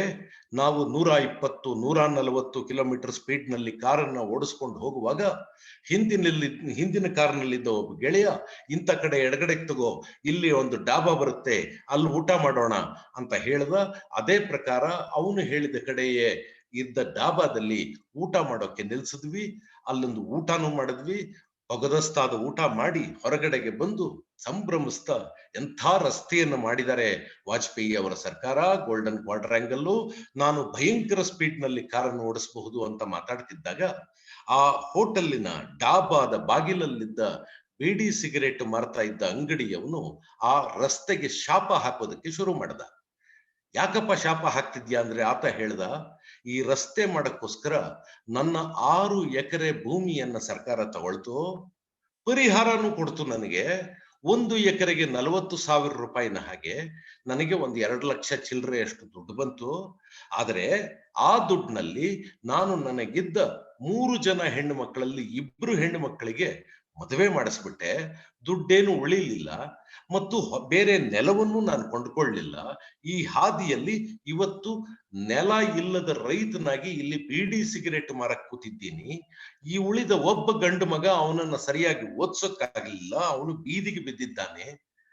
ಮಗಳು ಇನ್ನೊಬ್ಳಿದ್ದಾಳೆ ಮದುವೆಗೆ, ಅವಳ ಕತೆ ಏನು ಅಂತ ನನಗೆ ಗೊತ್ತಾಗ್ತಿಲ್ಲ. ನನ್ನ ಇಡೀ ಜೀವನವನ್ನ ಹಾಳು ಮಾಡ್ತು ಈ ಹೈವೇ ಅಂತ ಆತ ಶಾಪ ಹಾಕ್ತಿದ್ದ. ಇನ್ನ ಅಲ್ಲಿ ಡಾಬಾ ನಡೆಸ್ತಾ ಇದ್ದ ಓನರ್ನ ಕೇಳೋಣ, ಆತ ಏನ್ ಹೇಳ್ತಾನೆ ಅಂತ ಕೇಳಿದ್ರೆ, ಆತ ಹೇಳ್ದ, ನಾನು ಹೈವೇಯಲ್ಲಿ ಹೋಟ್ಲ್ ಹಾಕಿದ್ರೆ ಒಂದು ಸಿಕ್ಕಾಪಟ್ಟೆ ಲಾಭ ಆಗ್ಬಿಡ್ಬಹುದು ಅಂತ ಹಾಕಿದೆ.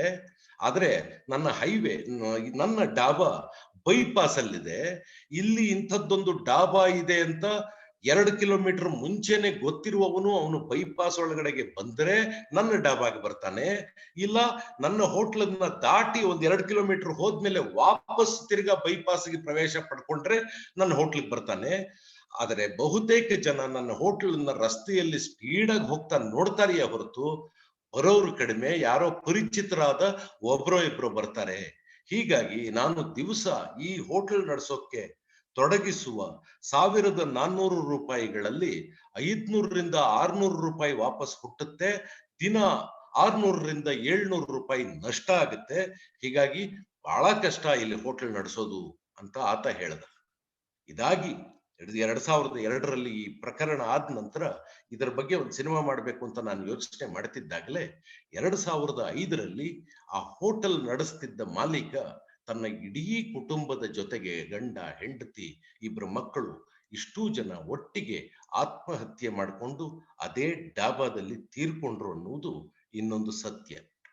ಒಂದು ರಸ್ತೆ ಹೇಗೆ ದೊಡ್ಡ ಕನಸನ್ನು ಕೊಟ್ಟು ಹೋಟೆಲ್ ಶುರು ಮಾಡಕ್ಕೂ ಕಾರಣವಾಯಿತು, ಇನ್ಯಾವನಿಗೂ ನೆಲ ಕಳ್ಕೊಂಡು ಬಿಡಿ ಸಿಗರೇಟ್ ಮಾರೋ ಕಾರಣವಾಯಿತು, ನನ್ನಂಥವನಿಗೆ 140 ಕಿಲೋಮೀಟರ್ ಅಲ್ಲಿ ಹೋದೆ ಅನ್ನುವ ಸಂಭ್ರಮವನ್ನ ಕೊಡ್ತು ಅನ್ನುವ ಈ ವೈರುಧ್ಯವನ್ನ ಸಿನಿಮಾ ಮಾಡೋಕೆ ಹೊರಟಾಗಲೇ ಈ ಎಲ್ಲ ಘಟನೆಗಳು ಸೇರ್ಕೊಂಡು ಅಭಿವೃದ್ಧಿ ಅನ್ನುವುದು ಹೇಗೆ ನಮ್ಮಲ್ಲಿ ಅಸಮತೋಲನದ ಅಭಿವೃದ್ಧಿ ಆಗಿದೆ ಅನ್ನುವ ದೊಡ್ಡ ಸತ್ಯವನ್ನ ಕಣ್ಣೆದುರಿಗೆ ಇಡ್ತು. ಇದು ಇನ್ನೊಂದು ಕಥೆ. ಮತ್ತೊಂದು ಪುಟ್ಟ ಕಥೆಯನ್ನು ನಿಮ್ಗೆ ಹೇಳ್ತೀನಿ. ಬೆಂಗಳೂರು ಯಾವುದೇ ನಗರ ಇರಬಹುದು, ತಾರಾ ಅವರಿಗೆ ಈ ವಿಷಯ ತುಂಬಾ ಚೆನ್ನಾಗಿ ಗೊತ್ತಿರುತ್ತೆ, ವಿಜಯ್ ಅವ್ರಿಗೂ ಗೊತ್ತಿರಬಹುದು, ಮತ್ತು ಜ್ಯೋತ್ಸ್ನಾ ಮುಂತಾದವರು ಈ ವಿಷಯದಲ್ಲಿ ಸಾಕಷ್ಟು, ಎಲ್ಲಿಯೋ ಸಲ್ಡಾನ ಮುಂತಾದವರು ಸಾಕಷ್ಟು ಕೆಲಸ ಮಾಡಿದ್ದಾರೆ. ಒಂದು ನಗರ ಅಂದ್ರೆ ಅದು 30% ಸ್ಲಮ್ಮುಗಳನ್ನ, ಕೊಳೆಗೇರಿಯನ್ನ ಉಳ್ಳಂತದ್ದಾಗಿರುತ್ತೆ. ಈ ಕೊಳೆಗೇರಿಗಳು ನಗರದ ಸೌಂದರ್ಯವನ್ನ ಹಾಳು ಮಾಡ್ತಿದೆ ಅಂತ ಮಾತಾಡುವ ಬೃಹತ್ತಾದ ಜನ ನಮ್ಮ ದೇಶದಲ್ಲಿದ್ದಾರೆ. ಈ ಬೃಹತ್ತಾದ ಜನ ಇಂಥ ಕೊಳೆಗೇರಿಗಳನ್ನ ಸರಿಪಡಿಸಬೇಕು ಅನ್ನುವ ಆಲೋಚನೆಯಲ್ಲಿ ಸಣ್ಣ ಸಣ್ಣ ಅಪಾರ್ಟ್ಮೆಂಟ್ಗಳನ್ನ ಸರ್ಕಾರಗಳು ಕಟ್ತವೆ. ಅದನ್ನ ತಾವು ನೋಡಿರ್ತೀರಿ ಅಂತ ನಾನು ಭಾವಿಸ್ತೀನಿ. ಹಲವು ಕಡೆ ಇಂತಹ ಅಪಾರ್ಟ್ಮೆಂಟ್ ಕಟ್ಟಲಾಗಿದೆ. ಈ ಅಪಾರ್ಟ್ಮೆಂಟ್ಗಳು ಅದಾಗಲೇ ಆರ್ಥಿಕವಾಗಿ ಕೆಳಗಿರುವ ಜನರಿಗೆ ಕಟ್ಟುವ ಅಪಾರ್ಟ್ಮೆಂಟ್ಗಳು, ಹೆಚ್ಚು ಹಣವನ್ನು ಕೂಡ ಸರ್ಕಾರ ಖರ್ಚು ಮಾಡೋದಿಲ್ಲ. ಅಂತಿಮವಾಗಿ ಆ ಅಪಾರ್ಟ್ಮೆಂಟು ಮಳೆ ನೀರು ಒಳಗೆ ಇಳಿಯುವ, ಯಾವತ್ತೋ ಒಂದ್ ದಿವಸ ಕುಸಿದು ಬಿದ್ದೋಗಬಹುದಾದ, ಅಥವಾ ಯಾವುದೋ ಮಳೆಯ ಕಾಲದಲ್ಲಿ ರಸ್ತೆಯಲ್ಲೆಲ್ಲ ನೀರು ತುಂಬಿಕೊಂಡು, ಯಾಕಂದ್ರೆ ಕೆರೆಯ ಆಸ್ಪಾಸ್ನಲ್ಲೇ ಇಂಥದ್ದೊಂದು ಕೊಳಗೇರಿ ಇರ್ತದೆ, ಆ ಕೊಳಗೇರಿ ಇದ್ದ ಜಾಗದಲ್ಲೇ ಇಂಥದ್ದೊಂದು ಅಪಾರ್ಟ್ಮೆಂಟ್ ಅನ್ನ ಬಡ ಜನರಿಗೆ ಕಟ್ಟಲಾಗುತ್ತೆ. ಅಲ್ಲಿ ಹರಿದು ಬರುವ ನೀರು, ಕೆರೆಗೆ ಹೋಗೋದಕ್ಕೆ ಬರುವ ನೀರು ಸೇರ್ಕೊಂಡು ಆ ಜನ ಮನೆ ಒಳಗೂ ಹೋಗಕ್ಕಾಗದೆ ಹೊರಗೂ ಹೋಗಕ್ಕಾಗದೆ ಇರುವಂತಹ ಪರಿಸ್ಥಿತಿ ಆಗ್ತದೆ. ಮತ್ತು ಆರೋಗ್ಯ ಹಾಳು ಮಾಡುವುದಕ್ಕೆ ಬೇಕಾದ ಎಲ್ಲ ವಿವರಗಳು, ಫಂಗಸ್ಗಳು ಆ ಮನೆಯ ಗೋಡೆಯ ಮೇಲೆ ದಿನ ಕಾಣಿಸ್ಕೊಳ್ತಾ ಹೋಗ್ತದೆ. ಈ ವಿವರವನ್ನ ಕೂಡ ನಗರದ ಒಳಗಡೆಗೆ ಬದುಕುವ ಪ್ರತಿಯೊಬ್ಬರು ನೋಡಿರ್ತಾರೆ ಮತ್ತು ಇದರ ಅನುಭವವನ್ನ ಕೂಡ ಪಡ್ಕೊಂಡಿರ್ತಾರೆ ಅಂತ ನಾನು ಭಾವಿಸ್ತೇನೆ. ಒಟ್ಟಾರೆಯಾಗಿ ನಾವು ಅರ್ಥ ಮಾಡ್ಕೋಬೇಕಾದಿಷ್ಟೇ, ಯಾವುದೇ ಅಭಿವೃದ್ಧಿ ಅನ್ನುವುದು ಆ ಸಮಾಜದ ಎಲ್ಲರನ್ನೂ ಅನ್ನುವಾಗ ಅಲ್ಲಿರುವ ಪ್ರಾಣಿ ಪಕ್ಷಿಗಳನ್ನು ಸೇರಿದ ಹಾಗೆ ಎಲ್ಲರನ್ನೂ ಒಳಗೊಳ್ಳುವ ಅಭಿವೃದ್ಧಿ ಅಂತ ಆಗದೆ ಹೋದ್ರೆ ಅದು ಯಾರೋ ಕೆಲವು ಲಾಭ ಬಡುಕರಿಗೆ ಲಾಭ ಮಾಡುವ ಸಾಧನವಾಗಿ ಉಳಿದು ಹೋಗತ್ತೆಯೇ ಹೊರತು ಅದು ಸುಸ್ಥಿರ ಅಭಿವೃದ್ಧಿ ಅಂತ ಆಗುವುದೇ ಇಲ್ಲ. ನೀವು ಗಮನಿಸಬಹುದು, ಎಲ್ಲೆಲ್ಲಿ ಸೇತುವೆಗಳನ್ನು ಕಟ್ಟಲಾಗಿದೆಯೋ, ನಗರ ಅಂದ್ರೆ ಹೈವೇಗಳಲ್ಲಿ ತಾವು ಗಮನಿಸಿರ್ಬೋದು, ಅಕ್ಕಪಕ್ಕದಲ್ಲಿ ಒಂದು ಸಣ್ಣ ಹಳ್ಳಿ ಅಥವಾ ಒಂದು ಸಣ್ಣ ಕ್ರಾಸಿಂಗ್ ಬಂತು ಅಂದ್ರೆ ಒಂದು ಹೈವೇ. ಈ ಹೈವೇಯಿಂದಾಗಿ ಅಲ್ಲಿರುವ ಹಳ್ಳಿಗಳು ಅಥವಾ ಆ ಸೇತುವೆಯ ಆಸುಪಾಸಿನಲ್ಲಿರುವ ಅಂಗಡಿಗಳು ಸಂಪೂರ್ಣ ವ್ಯಾಪಾರವನ್ನು ಕಳ್ಕೊಂಡಿರುವುದನ್ನ ನೀವು ಗಮನಿಸಿರ್ತೀರಿ. ಮತ್ತೆ ಇವತ್ತು ಹಳ್ಳಿಗಳಲ್ಲಿ ಹುಡುಗ ಹೈವೇಗೆ ಬಿದ್ದ ಅಂದ್ರೆ ಹಾಳಾದ ಅನ್ನುವ ಒಂದು ಮಾತು, ಒಂದು ಗಾದೆಯ ಹಾಗೆ ಪ್ರಚಲಿತಕ್ಕೆ ಬಂದಿದೆ. ಈ ಹಿನ್ನೆಲೆಯಲ್ಲಿ ನಾವು ಒಟ್ಟಾರೆಯಾಗಿ ಅಭಿವೃದ್ಧಿಯ ನಿರ್ವಚನವನ್ನ ಹೊಸದಾಗಿ ಆಲೋಚಿಸಬೇಕಾದ ಒಂದು ಸ್ಥಿತಿಗೆ ಬಂದು ನಿಂತಿದ್ದೇವೆ ಅಂತ ಹೇಳೋಕೆ ಇಷ್ಟಪಡ್ತೇನೆ. ಮತ್ತೆ ಇಂಥದ್ದೇ ಸಂದರ್ಭದಲ್ಲಿ ಹೇಳಬಹುದಾದ ಮತ್ತೊಂದು ಉದಾಹರಣೆ, ಮಂಗಳೂರಿನ SEZ ತರಹದ್ದನ್ನ ಕಟ್ಟಿದಾಗ ಅಲ್ಲೇ ಬದುಕ್ತಾ ಇದ್ದ ಗಿರಿಜನರಾದ ಕುಡುಬಿಗಳ ಜಾಗಕ್ಕೆ ಹೇಗೆ ನಷ್ಟವಾಯಿತು, ಅವರು ಹೇಗೆ ಇವತ್ತು ಅವ್ರಿಗೆ ಭಾರತ ಅಂತ ಒಂದಿದೆ ಅಂತ ಗೊತ್ತಿಲ್ಲ, ಅಂಬೇಡ್ಕರ್ ಅಂತಿದ್ದಾರೆ ಅಂತ ಗೊತ್ತಿಲ್ಲ, ಇಲ್ಲೊಂದು ಸಂವಿಧಾನ ಅಂತಿದೆ ಅಂತ ಗೊತ್ತಿಲ್ಲ.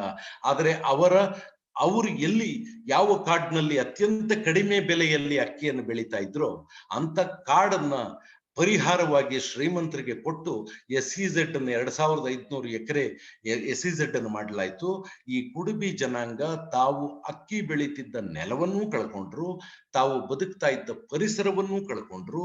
ಅಂದ್ರೆ ಒಂದು ಅಭಿವೃದ್ಧಿಯ ಕೆಲಸ ಆಗುವಾಗ ಅದೇ ನೆಲದ ಬಹುಮುಖ್ಯ ಭಾಗವಾದ ಜನರನ್ನ ಸಂಪೂರ್ಣ ಮರೆತಂಗೆ ಒಂದು ಸರ್ಕಾರ ನಡೀತು ಅನ್ನೋದಿದೆಯಲ್ಲ, ಇದು ನಮ್ಮೆಲ್ಲರನ್ನು ಸಂಕಟಕ್ಕೆ ದೂಡುವ ಅಥವಾ ನಾವೆಲ್ಲರೂ ಆಲೋಚನೆಯನ್ನ ಖಂಡಿತ ಮಾಡಲೇಬೇಕಾದಂತಹ ಒಂದು ಸಂಗತಿ ಅಂತ ನಾನು ಭಾವಿಸ್ತೇನೆ. ಈ ವಿಷಯದ ಬಗ್ಗೆ ಇನ್ನೂ ಹಲವು ಕಾಲ ನಾನು ಮಾತಾಡುವುದಕ್ಕೆ ಸಾಧ್ಯ. ಸದ್ಯಕ್ಕೆ ಈಗಾಗಲೇ ಸಾನಾ ಅವರು ಒಂದು ಸೂಚನೆಯನ್ನು ಕೊಟ್ಟಿರೋದ್ರಿಂದ ಮುಂದೆ ಏನಾದರೂ ಪ್ರಶ್ನೆಗಳು ಬಂದ್ರೆ ಮತ್ತಷ್ಟು ವಿವರ ಮಾತಾಡ್ತೀನಿ ಅಂತ ಹೇಳ್ತಾ, ಈಗಾಗಲೇ ಮಾತಾಡಿರುವ ತಾರಾ ಮತ್ತು ವಿಜಯ್ ಅವರಿಗೆ ವಿಶೇಷವಾದ ಧನ್ಯವಾದಗಳನ್ನ ಸಲ್ಲಿಸ್ತಾ ನನ್ನ ಮಾತುಗಳನ್ನು ಮುಗಿಸ್ತೇನೆ. ನಮಸ್ಕಾರ. ನಮಸ್ಕಾರ, ಭಾರ್ಗವಿ ಇಲ್ಲಿ. ನೀವು ತುಂಬ ಚೆನ್ನಾಗಿ ಎಲ್ಲ ಎಷ್ಟು ಸ್ಪಷ್ಟವಾಗಿ ಹೇಳಿದ್ದೀರಾ. ನಾನು ಪ್ರಯತ್ನ ಮಾಡ್ತೀನಿ ಇದನ್ನ ಇಂಗ್ಲೀಷಲ್ಲಿ ಟ್ರಾನ್ಸ್ಲೇಟ್ ಮಾಡೋದಕ್ಕೆ. ಎಷ್ಟೋ ಪದಗಳಿಗೆ ಈಕ್ವಿವೆಲೆಂಟ್ ವರ್ಡ್ಸ್ ಸಿಗದೇ ಇರ್ಬೋದು, ದಯವಿಟ್ಟು ಕ್ಷಮಿಸಿ. Good evening, everybody, and thank you for this opportunity to translate what our speaker, B. Suresha, just spoke. Please forgive me because I will not be able to do justice to his talk because he used such beautiful Kannada words for which I may not be able to find equivalents in English. So first of all,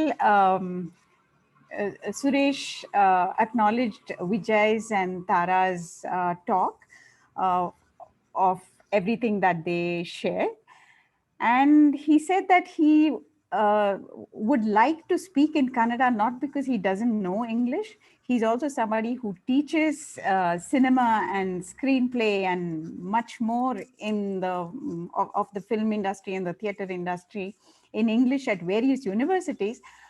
But he said if he has to reimagine Bangalore as a city, because today's talk is about reimagining the city, he said he would like to reimagine it in his own language and not in a foreign language.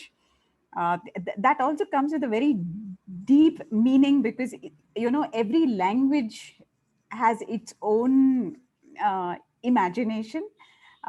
It's been put so beautifully that I really, I don't think I'll be able to do justice to the way he said it.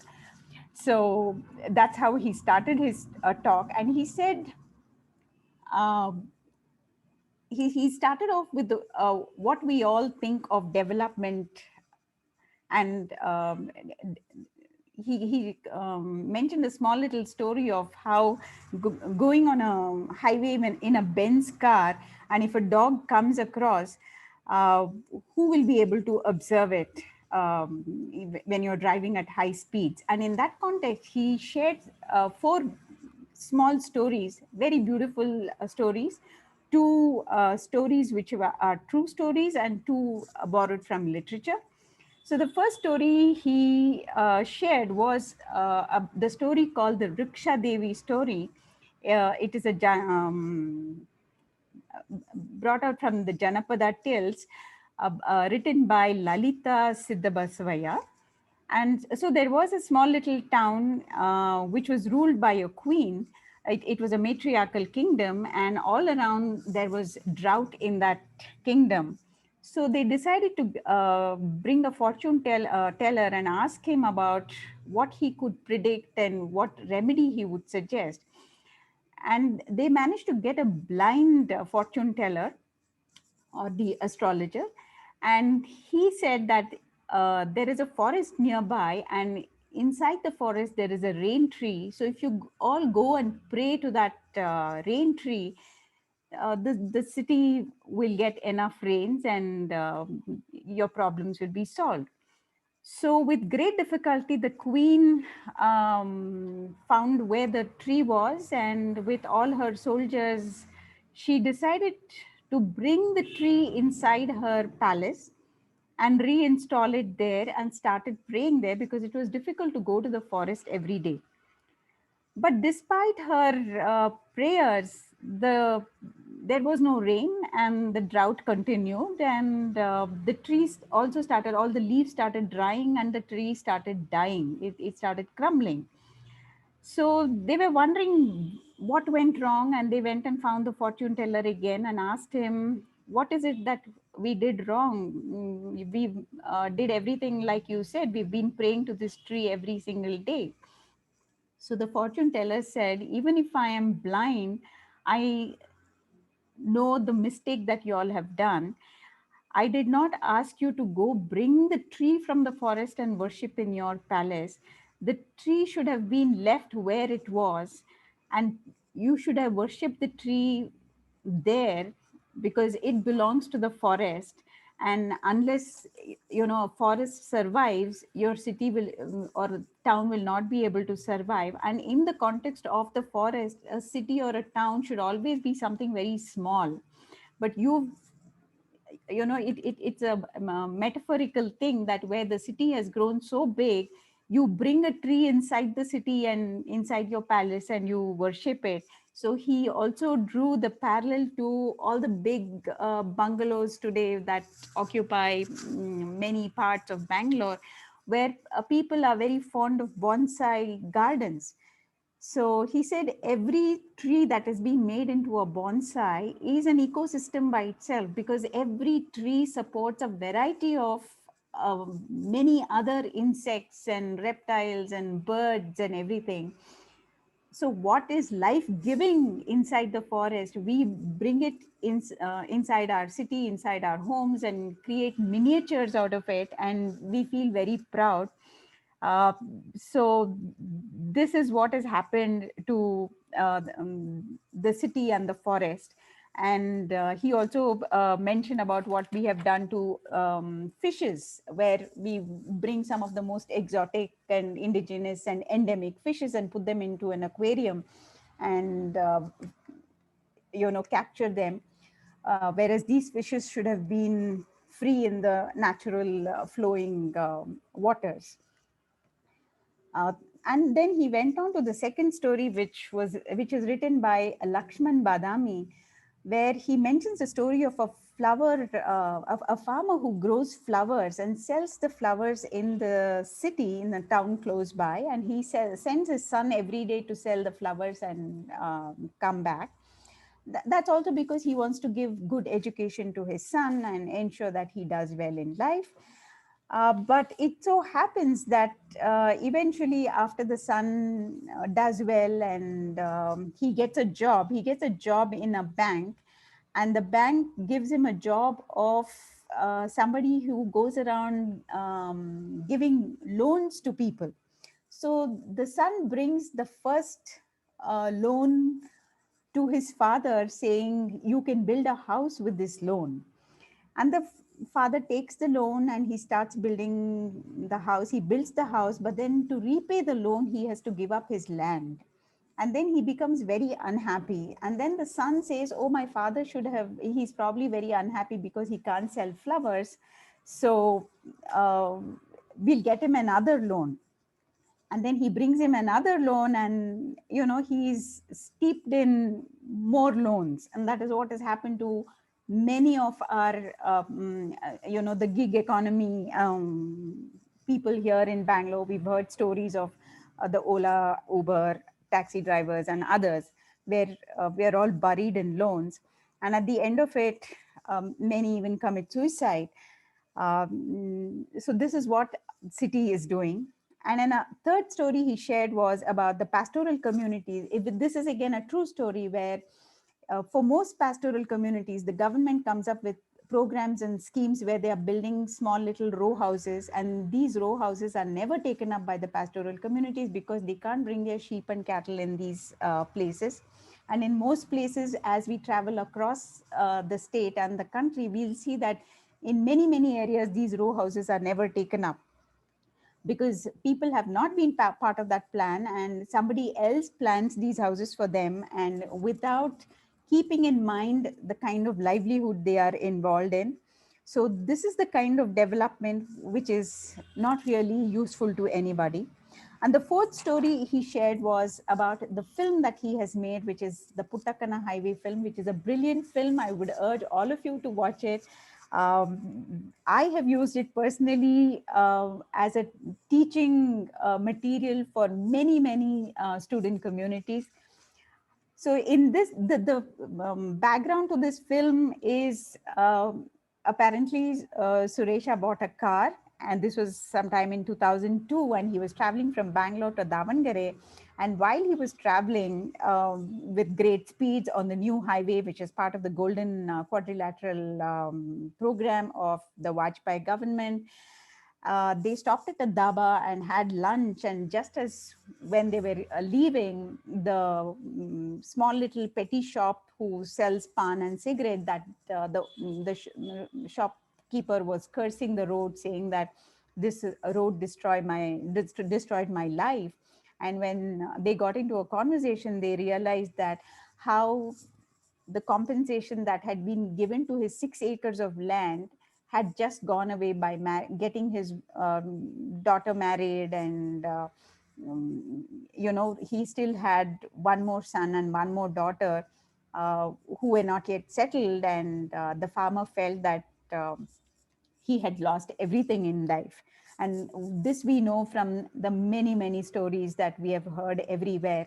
And this has come out very beautifully in this film called Puttakana Highway, which narrates this story very well.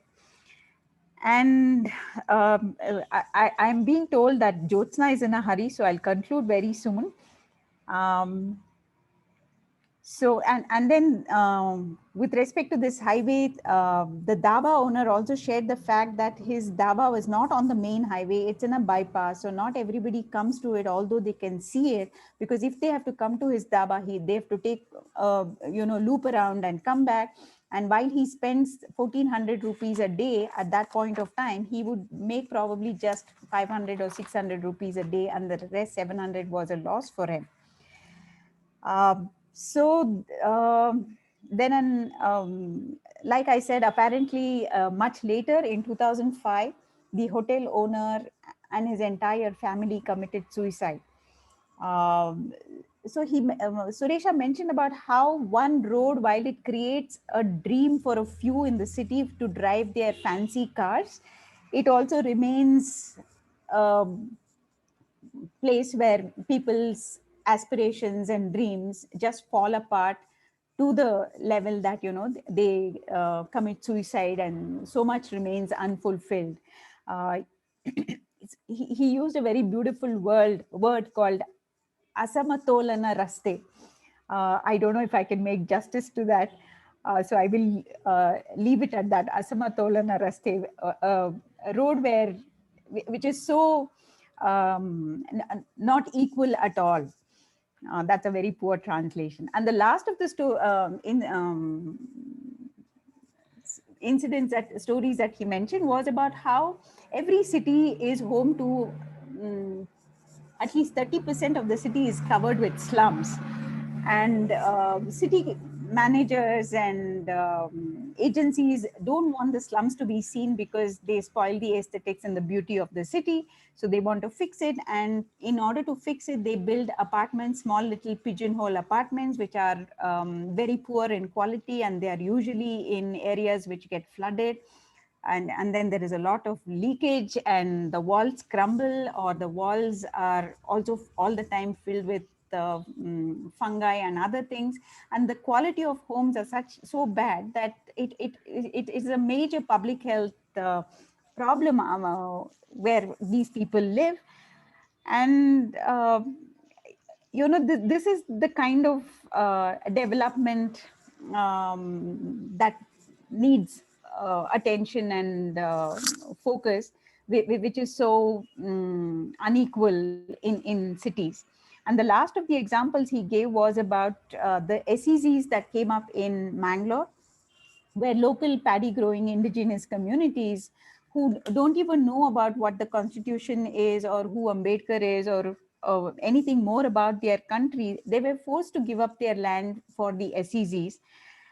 And today they remain without their land and livelihood, and their lives are completely at the crossroads. So when we come out with these kind of plans, it is very important that we need to think about what development means to everybody, and it needs to be understood, it needs to be redefined in the context of local people and in local ways in which it can be interpreted. So we will stop there because Jyotsna is in a hurry. We can definitely take more questions to Suresha, and I'll be happy to translate it. Thank you. Thank you, Mr. Suresh, and thank you, Bhargavi, for the translation. Our next speaker, she's also our last speaker, is Dr. Jyotsna Jha. She has been heading the Center for Budget and Policy Studies, Bangalore, for more than a decade. She is a trained economist, and she has had significant experience in working on development-related issues. Prior to joining CBPS, she worked as an advisor to the Social Transformation Programs Division at Commonwealth Secretariat in London, from where she undertook research and policy advocacy in a large number of countries. She has served as a member of the Global Advisory Committee for UN Girls Education Initiative for 4 years. She has also been a member of several committees and task forces in India. Dr. Jyotsna. Yeah, thank you, Sana, and thank you, everybody. So, yeah, it was actually a pleasure to listen to all previous speakers, and I'll be taking basically adding to what they have been talking about, and many things have already been said. I'll be just adding to and perhaps bringing a few more angles to the whole issue. To start with, if we are talking of Bangalore, as we all know that, Bangalore, there are 2-3 specific facts about Bangalore which makes it different from other cities. One of them is that, out of all the cities that we have in India, Bangalore is the only one which was not really a city, in British period. See, unlike Kolkata, Chennai, Delhi, Hyderabad, Mumbai, it was neither a port city nor was a capital city. So, and that has implications for infrastructure. And if you look at the last 2 decades population growth, it's the only city where we have added 7 millions. I being one of those, I'm a migrant to the city. Unlike all others, it has been, in the range of 2 to 5. And this one has almost like 7 to 8 million that we have added. And that again has implications, given that, traditionally it did not even have that kind of infrastructure or even that sense of town planning. And the third important part is that the growth of population in Bangalore, which has actually, why I'm talking about growth of population is because a lot of climate change issues is linked with population growth in the city, has also been for a particular reason. The way the service sector led growth policies came and the economics changed, and that led to a particular kind of growth and migration of people of all classes, not only the poor. And that has implications because of the growth took care of that. And that is a very important part as to understand that service sector contributed heavily to Karnataka's economy. So a lot of public funding of various other things came from money that Karnataka could earn because of the presence of service sector, but it also led to all kinds of issues that have remained unaddressed in the growth trajectory that the city chose for itself. And so what did it mean? It meant, reckless construction, all kinds of trade, all kinds of ancillary coming up. And therefore what happened? Construction, vehicles, diminishing tree cover, rising temperature, unpredictable rain, unmanageable waste. We have, we all have read, experienced about it. Land alienation. Suresh was talking about Bangalore. Our own airport, the new airport construction, the kind of land that was acquired was much more than what was needed for construction of that airport, maybe for the second airport or whatever else. But all this happened, and all this has implications for the poor. It has implications for all. In this pandemic, one saying, everyone is quoting, all world leaders are quoting, that if someone is not safe, no one is safe. And that's what applies to everywhere, in every context, and definitely in the context of city, that if some people are not safe and are paying a price for that, others are also going to be affected. So if you talk about poor in Bangalore, where are they in all this in last 2 decades, or say even more than that, but especially in last 2 decades, when Bangalore has grown and the city's infrastructure, if you just take as construction or various other things coming up, it has grown. What is it that poor has got out of it? They are there, they are somewhere, but they are actually not there. Why? Because if you look at all the plans, all the talk about infrastructure, and I'm not the first one. Tara talked about people, everyone talked about people, but where have been people? People, especially the poorest, has never been there. If you look at what are you planning for, if you look at master plans, if you talk about various kinds of things, you're planning for infrastructure, you're planning for metro, you're planning for roads, you're planning for buildings, you're planning for apartments, you're planning for industries, but you're not planning for people, and you are definitely not planning for the poor people. Now, who are these poor people? Where have they come from? It's so interesting that we recently, in between 2 waves of the pandemic, and we kept waiting, thinking that let it subside further. And then when we started, the second wave came, we did a survey of workers in Bangalore. We could not complete it, but still we have about 400 household data. And we realized that we did go to sectors which have more migrant workers, but we realized that everybody is a migrant. At least all respondents that we got, they were migrants. They were within state migrants. They have been here for longer, but they were all migrants. And not very long, maximum say 10 to 15 years. That was a small percentage. And what happens to their, how do they live?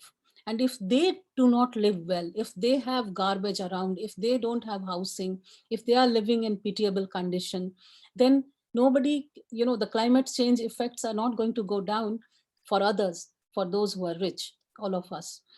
So what did we see there? And in fact, I realized it in the last lockdown, when I volunteered for some work for these migrants going home. I went to some of the migrant colonies, construction workers, and that was the first-hand experience of seeing how they live, completely subhuman conditions. And that has come in our research as well. I won't give you the figures, but the fact is that everything exists without toilet, without bathing space, without water. They pay for water much more than we do. Our water bills are much less than how they pay for water. Their conditions are completely unhygienic. They have hardly any bathing water, actually. And open defecation is common. And if you look at access to public services, infrastructure we are talking about, then that also is very limited. And it's so interesting that they are the ones who are building half of the infrastructure. We also ask them about parks, because if you see Bangalore, despite the fact that we have lost our lakes and tanks, we still have green space. But who goes there? What we found that we were also making a comparison between interstate and intrastate. And we found that interstate migrants' access to public services much worse than intrastate. But when it comes to places like Park, even they don't have access. And that's what Vijay was talking about, that reclaimed, rejuvenated lake. That is also exclusive. So even when our class works on claiming certain spaces, they also remain exclusive. And that's very obvious in our study. I won't go into details, but what was very clear, that even those who are from the same state, even those who can speak Kannada, because Kannada, not knowing Kannada does impact access to services, especially, for example, schooling.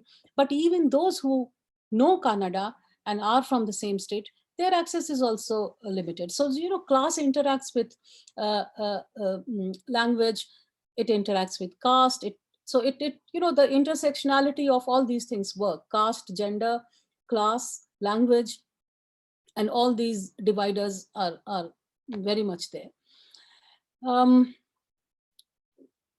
Even, see, we all keep talking about health insurance. Look at, since health is what catastrophe is, what we are right now going through. And even those, forget about interstate migrants, even intrastate migrants, only like about 6% of them had any kind of state insurance. And since you don't have public service, and if you don't have insurance, then you have basically no health care. If you come to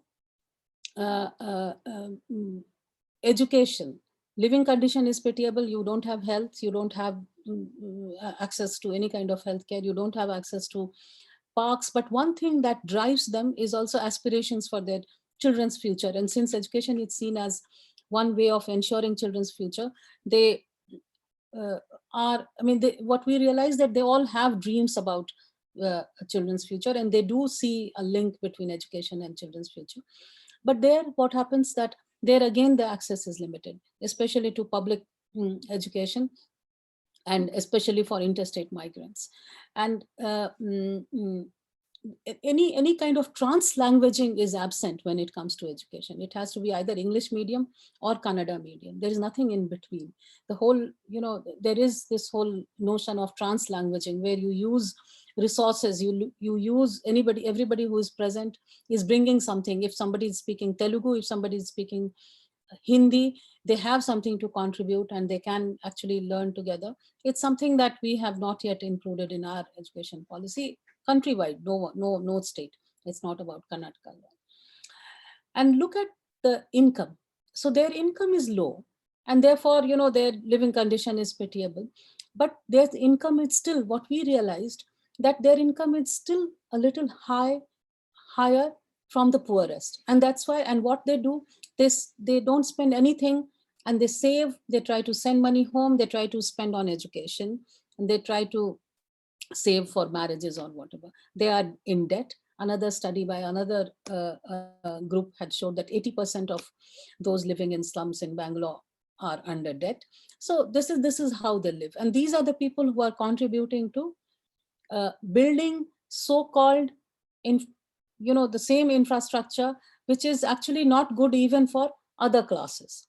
So now, how do you reimagine? And look at kind of the poorest who are working on, say, streets. They are the worst sufferers of all kinds of pollutions and emissions. They have no safety, they have no protection. Now, how do you reimagine? How do you reallocate, and how do you make a whole process much more inclusive, and inclusive of all? One thing that inclusiveness teaches us is that if you include someone, it doesn't take away anything from those who already are there. And in terms of, be it in terms of resources, be it in terms of language, be in terms of any kind of protective measures. So that is something that has been completely absent in terms of city planning, in terms of all the processes. Now, we were talking about ward committees, and I know that, I think I actually saw people like Katyayani attending this. I don't know whether she's still there, and I know that they work with people, they work with ward committees, they work with in slums, with both sides, with people as well as with government organizations. But then who do you make accountable? There are rules, there are laws, but you don't do anything taking the entire process into account. There is no notion of when you are planning for example, a building, you are not planning for that how many workers will be actually making this building and what are their needs, where will their children go to, do we also need a creche, do we also need transportation, do we also need health care, do we also need a school, do we also need something that entertainment?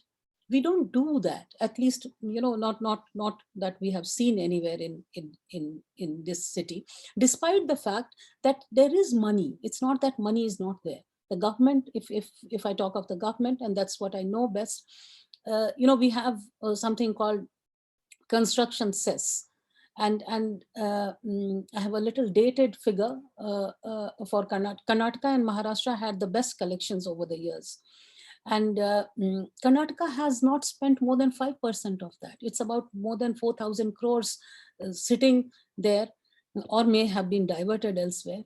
But and you have construction workers with access to nothing, literally. You work the whole day, you sleep. What I had seen was, where you hardly have a 6x2 space for you to sleep. And during lockdown, you all had to live there, and that's why it was an issue. So you work for whatever 12 hours, 18 hours, and then you sleep, and in between you eat. And rest of that, whatever you have to do, you do somehow. So, and you have money. Kerala, for example, has used most of that to build hostels, housing, education, entertainment for migrant workers. And they have taken care of even the kind of food that would, the mix of variety rather than serving only one kind of food. Entertainment, they have tried to take care of a lot of cultural issues that are linked with identity, and that makes you feel included. And that's what is inclusiveness, while also enabling a kind of assimilation in terms of encouraging you to learn local language, local ethos, local norms, social norms, and migrants are known to adopt social norms of the host city. So there is a complete break when it comes to having a comprehensive, holistic policy, and a realization that things are interdependent. And also a realization, there's no, Tara talked of cost. Unless we know the cost of not doing these things, unless we know the cost of not addressing, for example, what she was talking, say public transport issue, we are not going to change. And this we includes everybody. We includes the government. The policies are important, public money is important, and public institutions, the processes are important, and people are important. You and I are important. But what happens that we hardly have any, unless there is a process that includes everyone. If you don't have inclusive planning process, where will you go and contribute? We work on budgets, and we when we try to interact, we have taken budgets of panchayats, their own panchayats, and we have analyzed, and then when we have gone and shared it back, people didn't know about what was happening in their own panchayats. So there are no systems, there are no processes that would ensure that kind of loop where you can contribute, and you can understand, and then you again can contribute. So we don't have those loops. So in the end, the fact is that we don't have people-centric planning. We don't plan for all the processes that have to go in to build anything, and then allocate for that. And we don't count poor people. They, as Suresh was saying, that we don't want to see them. They should come, they should do their work, and then they should vanish. They shouldn't exist, and they shouldn't have any kind of needs. and at most basic fundamental needs, but anything beyond that is not welcome. So in the end, it again comes to people. And I think the solution lies, yes, communication is important, but knowledge of different kinds are important, which will give base for communication. What do you communicate? If you have information, if you have knowledge, you communicate. And you have to have diverse kinds of communication for all those who have to act together. And in the end, you have to keep people, and to use a cliched saying, that you have to keep the last person first. Unless you put that, unless you bring that, you won't be making a change. And bringing feminist philosophy and realizing that everything impacts people differently. The impact is differential. It's not that if you are bringing a flyover, it's only an issue of that steel that is being, or the tree that are being cut, or the steel that's being used. It's also about changing a lifestyle. And it could be that now some women who were walking half a kilometer will now have to walk 3 kilometers because of that change. It's possible that some children who used to play there, that ground is gone. So how a particular initiative is going to impact everybody who is going to be impacted, and counting everyone and looking at the nature of impact and then planning, that's the only solution. And realizing that if you don't do that, there is a cost that each one of us pays for. So I think that's what, and I think Bangalore, given the kind of groups you all are, I'm not counting myself there. I don't feel I contribute as much as you all do. I think Bangalore has that potential of influencing and of changing and of making it better, the least harmful, as Vijay said. Thank you. Thank you, Dr. Jha, for interrogating where the poor of Bengaluru are and what they have got out of the immense growth and expansion of Bangalore. Now we'll open the floor for questions. We've gone way over time, so we'll keep it very short. So I have a couple of questions for the speakers.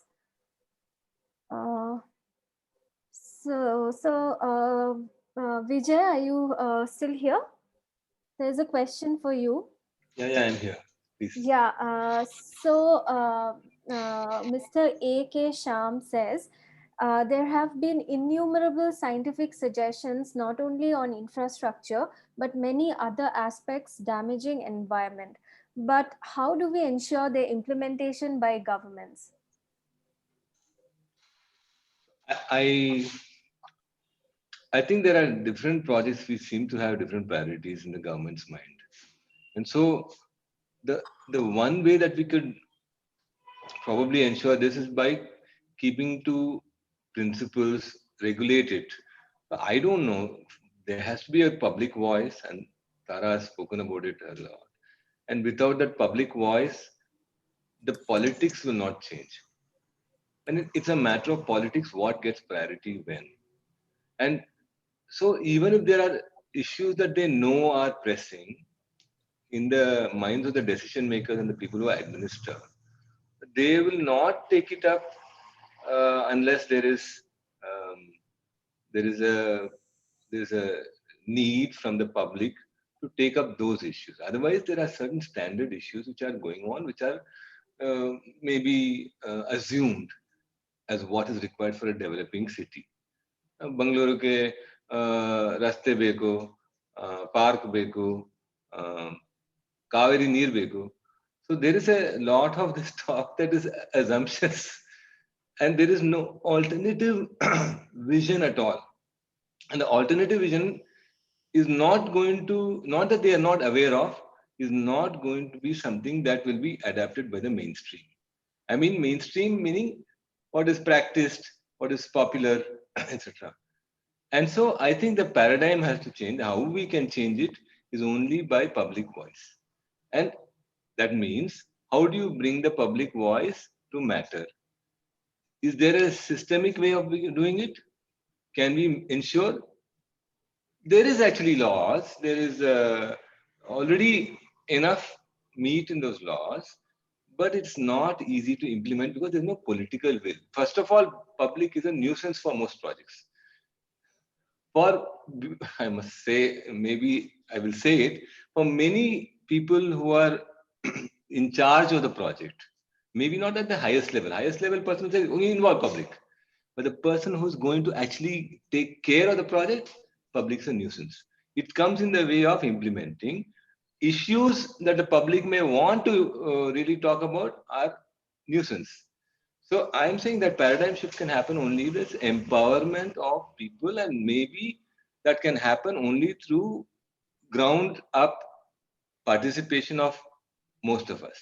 Maybe through ward committees, maybe through public action, maybe through protest, and maybe through counseling the people that who are going to take decisions, counseling them. So there's a constant engagement required. It cannot happen without it. Sorry, is that answer? Thank you, Vijay. Tara, we have a question for you. Given the complexity of climate change communication, should mitigation and adaptation be framed as such at all, or should we only focus on communicating issues in terms of people's lived experiences? No, I think anything that we want to accomplish needs to be communicated in a manner that people can understand. So absolutely, we need to get to mitigation, we need to get to adaptation. The point is there is also a life cycle to it. When people don't understand the gravity of climate change, it's hard for them to buy into the fact that there needs to be mitigation. So I feel that where we are in India today, especially in the cities, because the city seems to dictate the political economy of the state as well, right? There's the city real estate, city projects. These are, the biggest determinants of the fate of the state. They generate the money for the schemes for the rest of the state. And Karnataka and Bengaluru are particularly in a bad spot in the sense that there's an over centralization, there is an over concentration of projects and what is heralded as development in Bangalore. So unless we get climate change, the issue itself, unless there's a lot of awareness that's generated amongst ordinary people in Bengaluru, we are not going to be able to get to the next step of mitigation and adaptation. But yes, they need to be communicated in almost like a reductive, simple fashion. Thank you. There are a few more questions, but we've overstepped time by almost a half hour. So I'll wrap up the discussion here, but the questions I will send to the speakers, the ones that remain unanswered, and we will be putting all the responses into the report that we would be compiling finally from the discussions that we've had in all the sessions so far.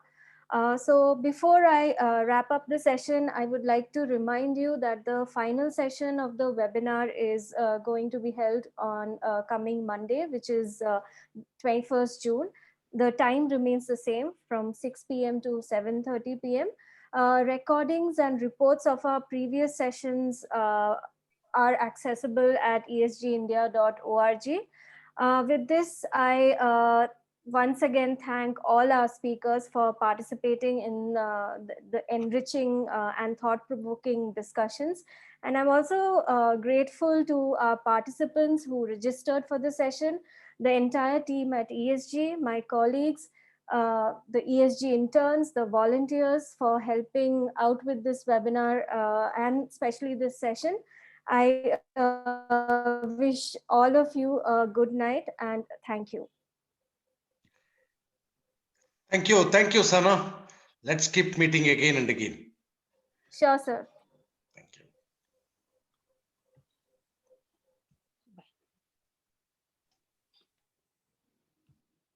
Thank you very much. Thank you, Mr. Vijay. Thank you.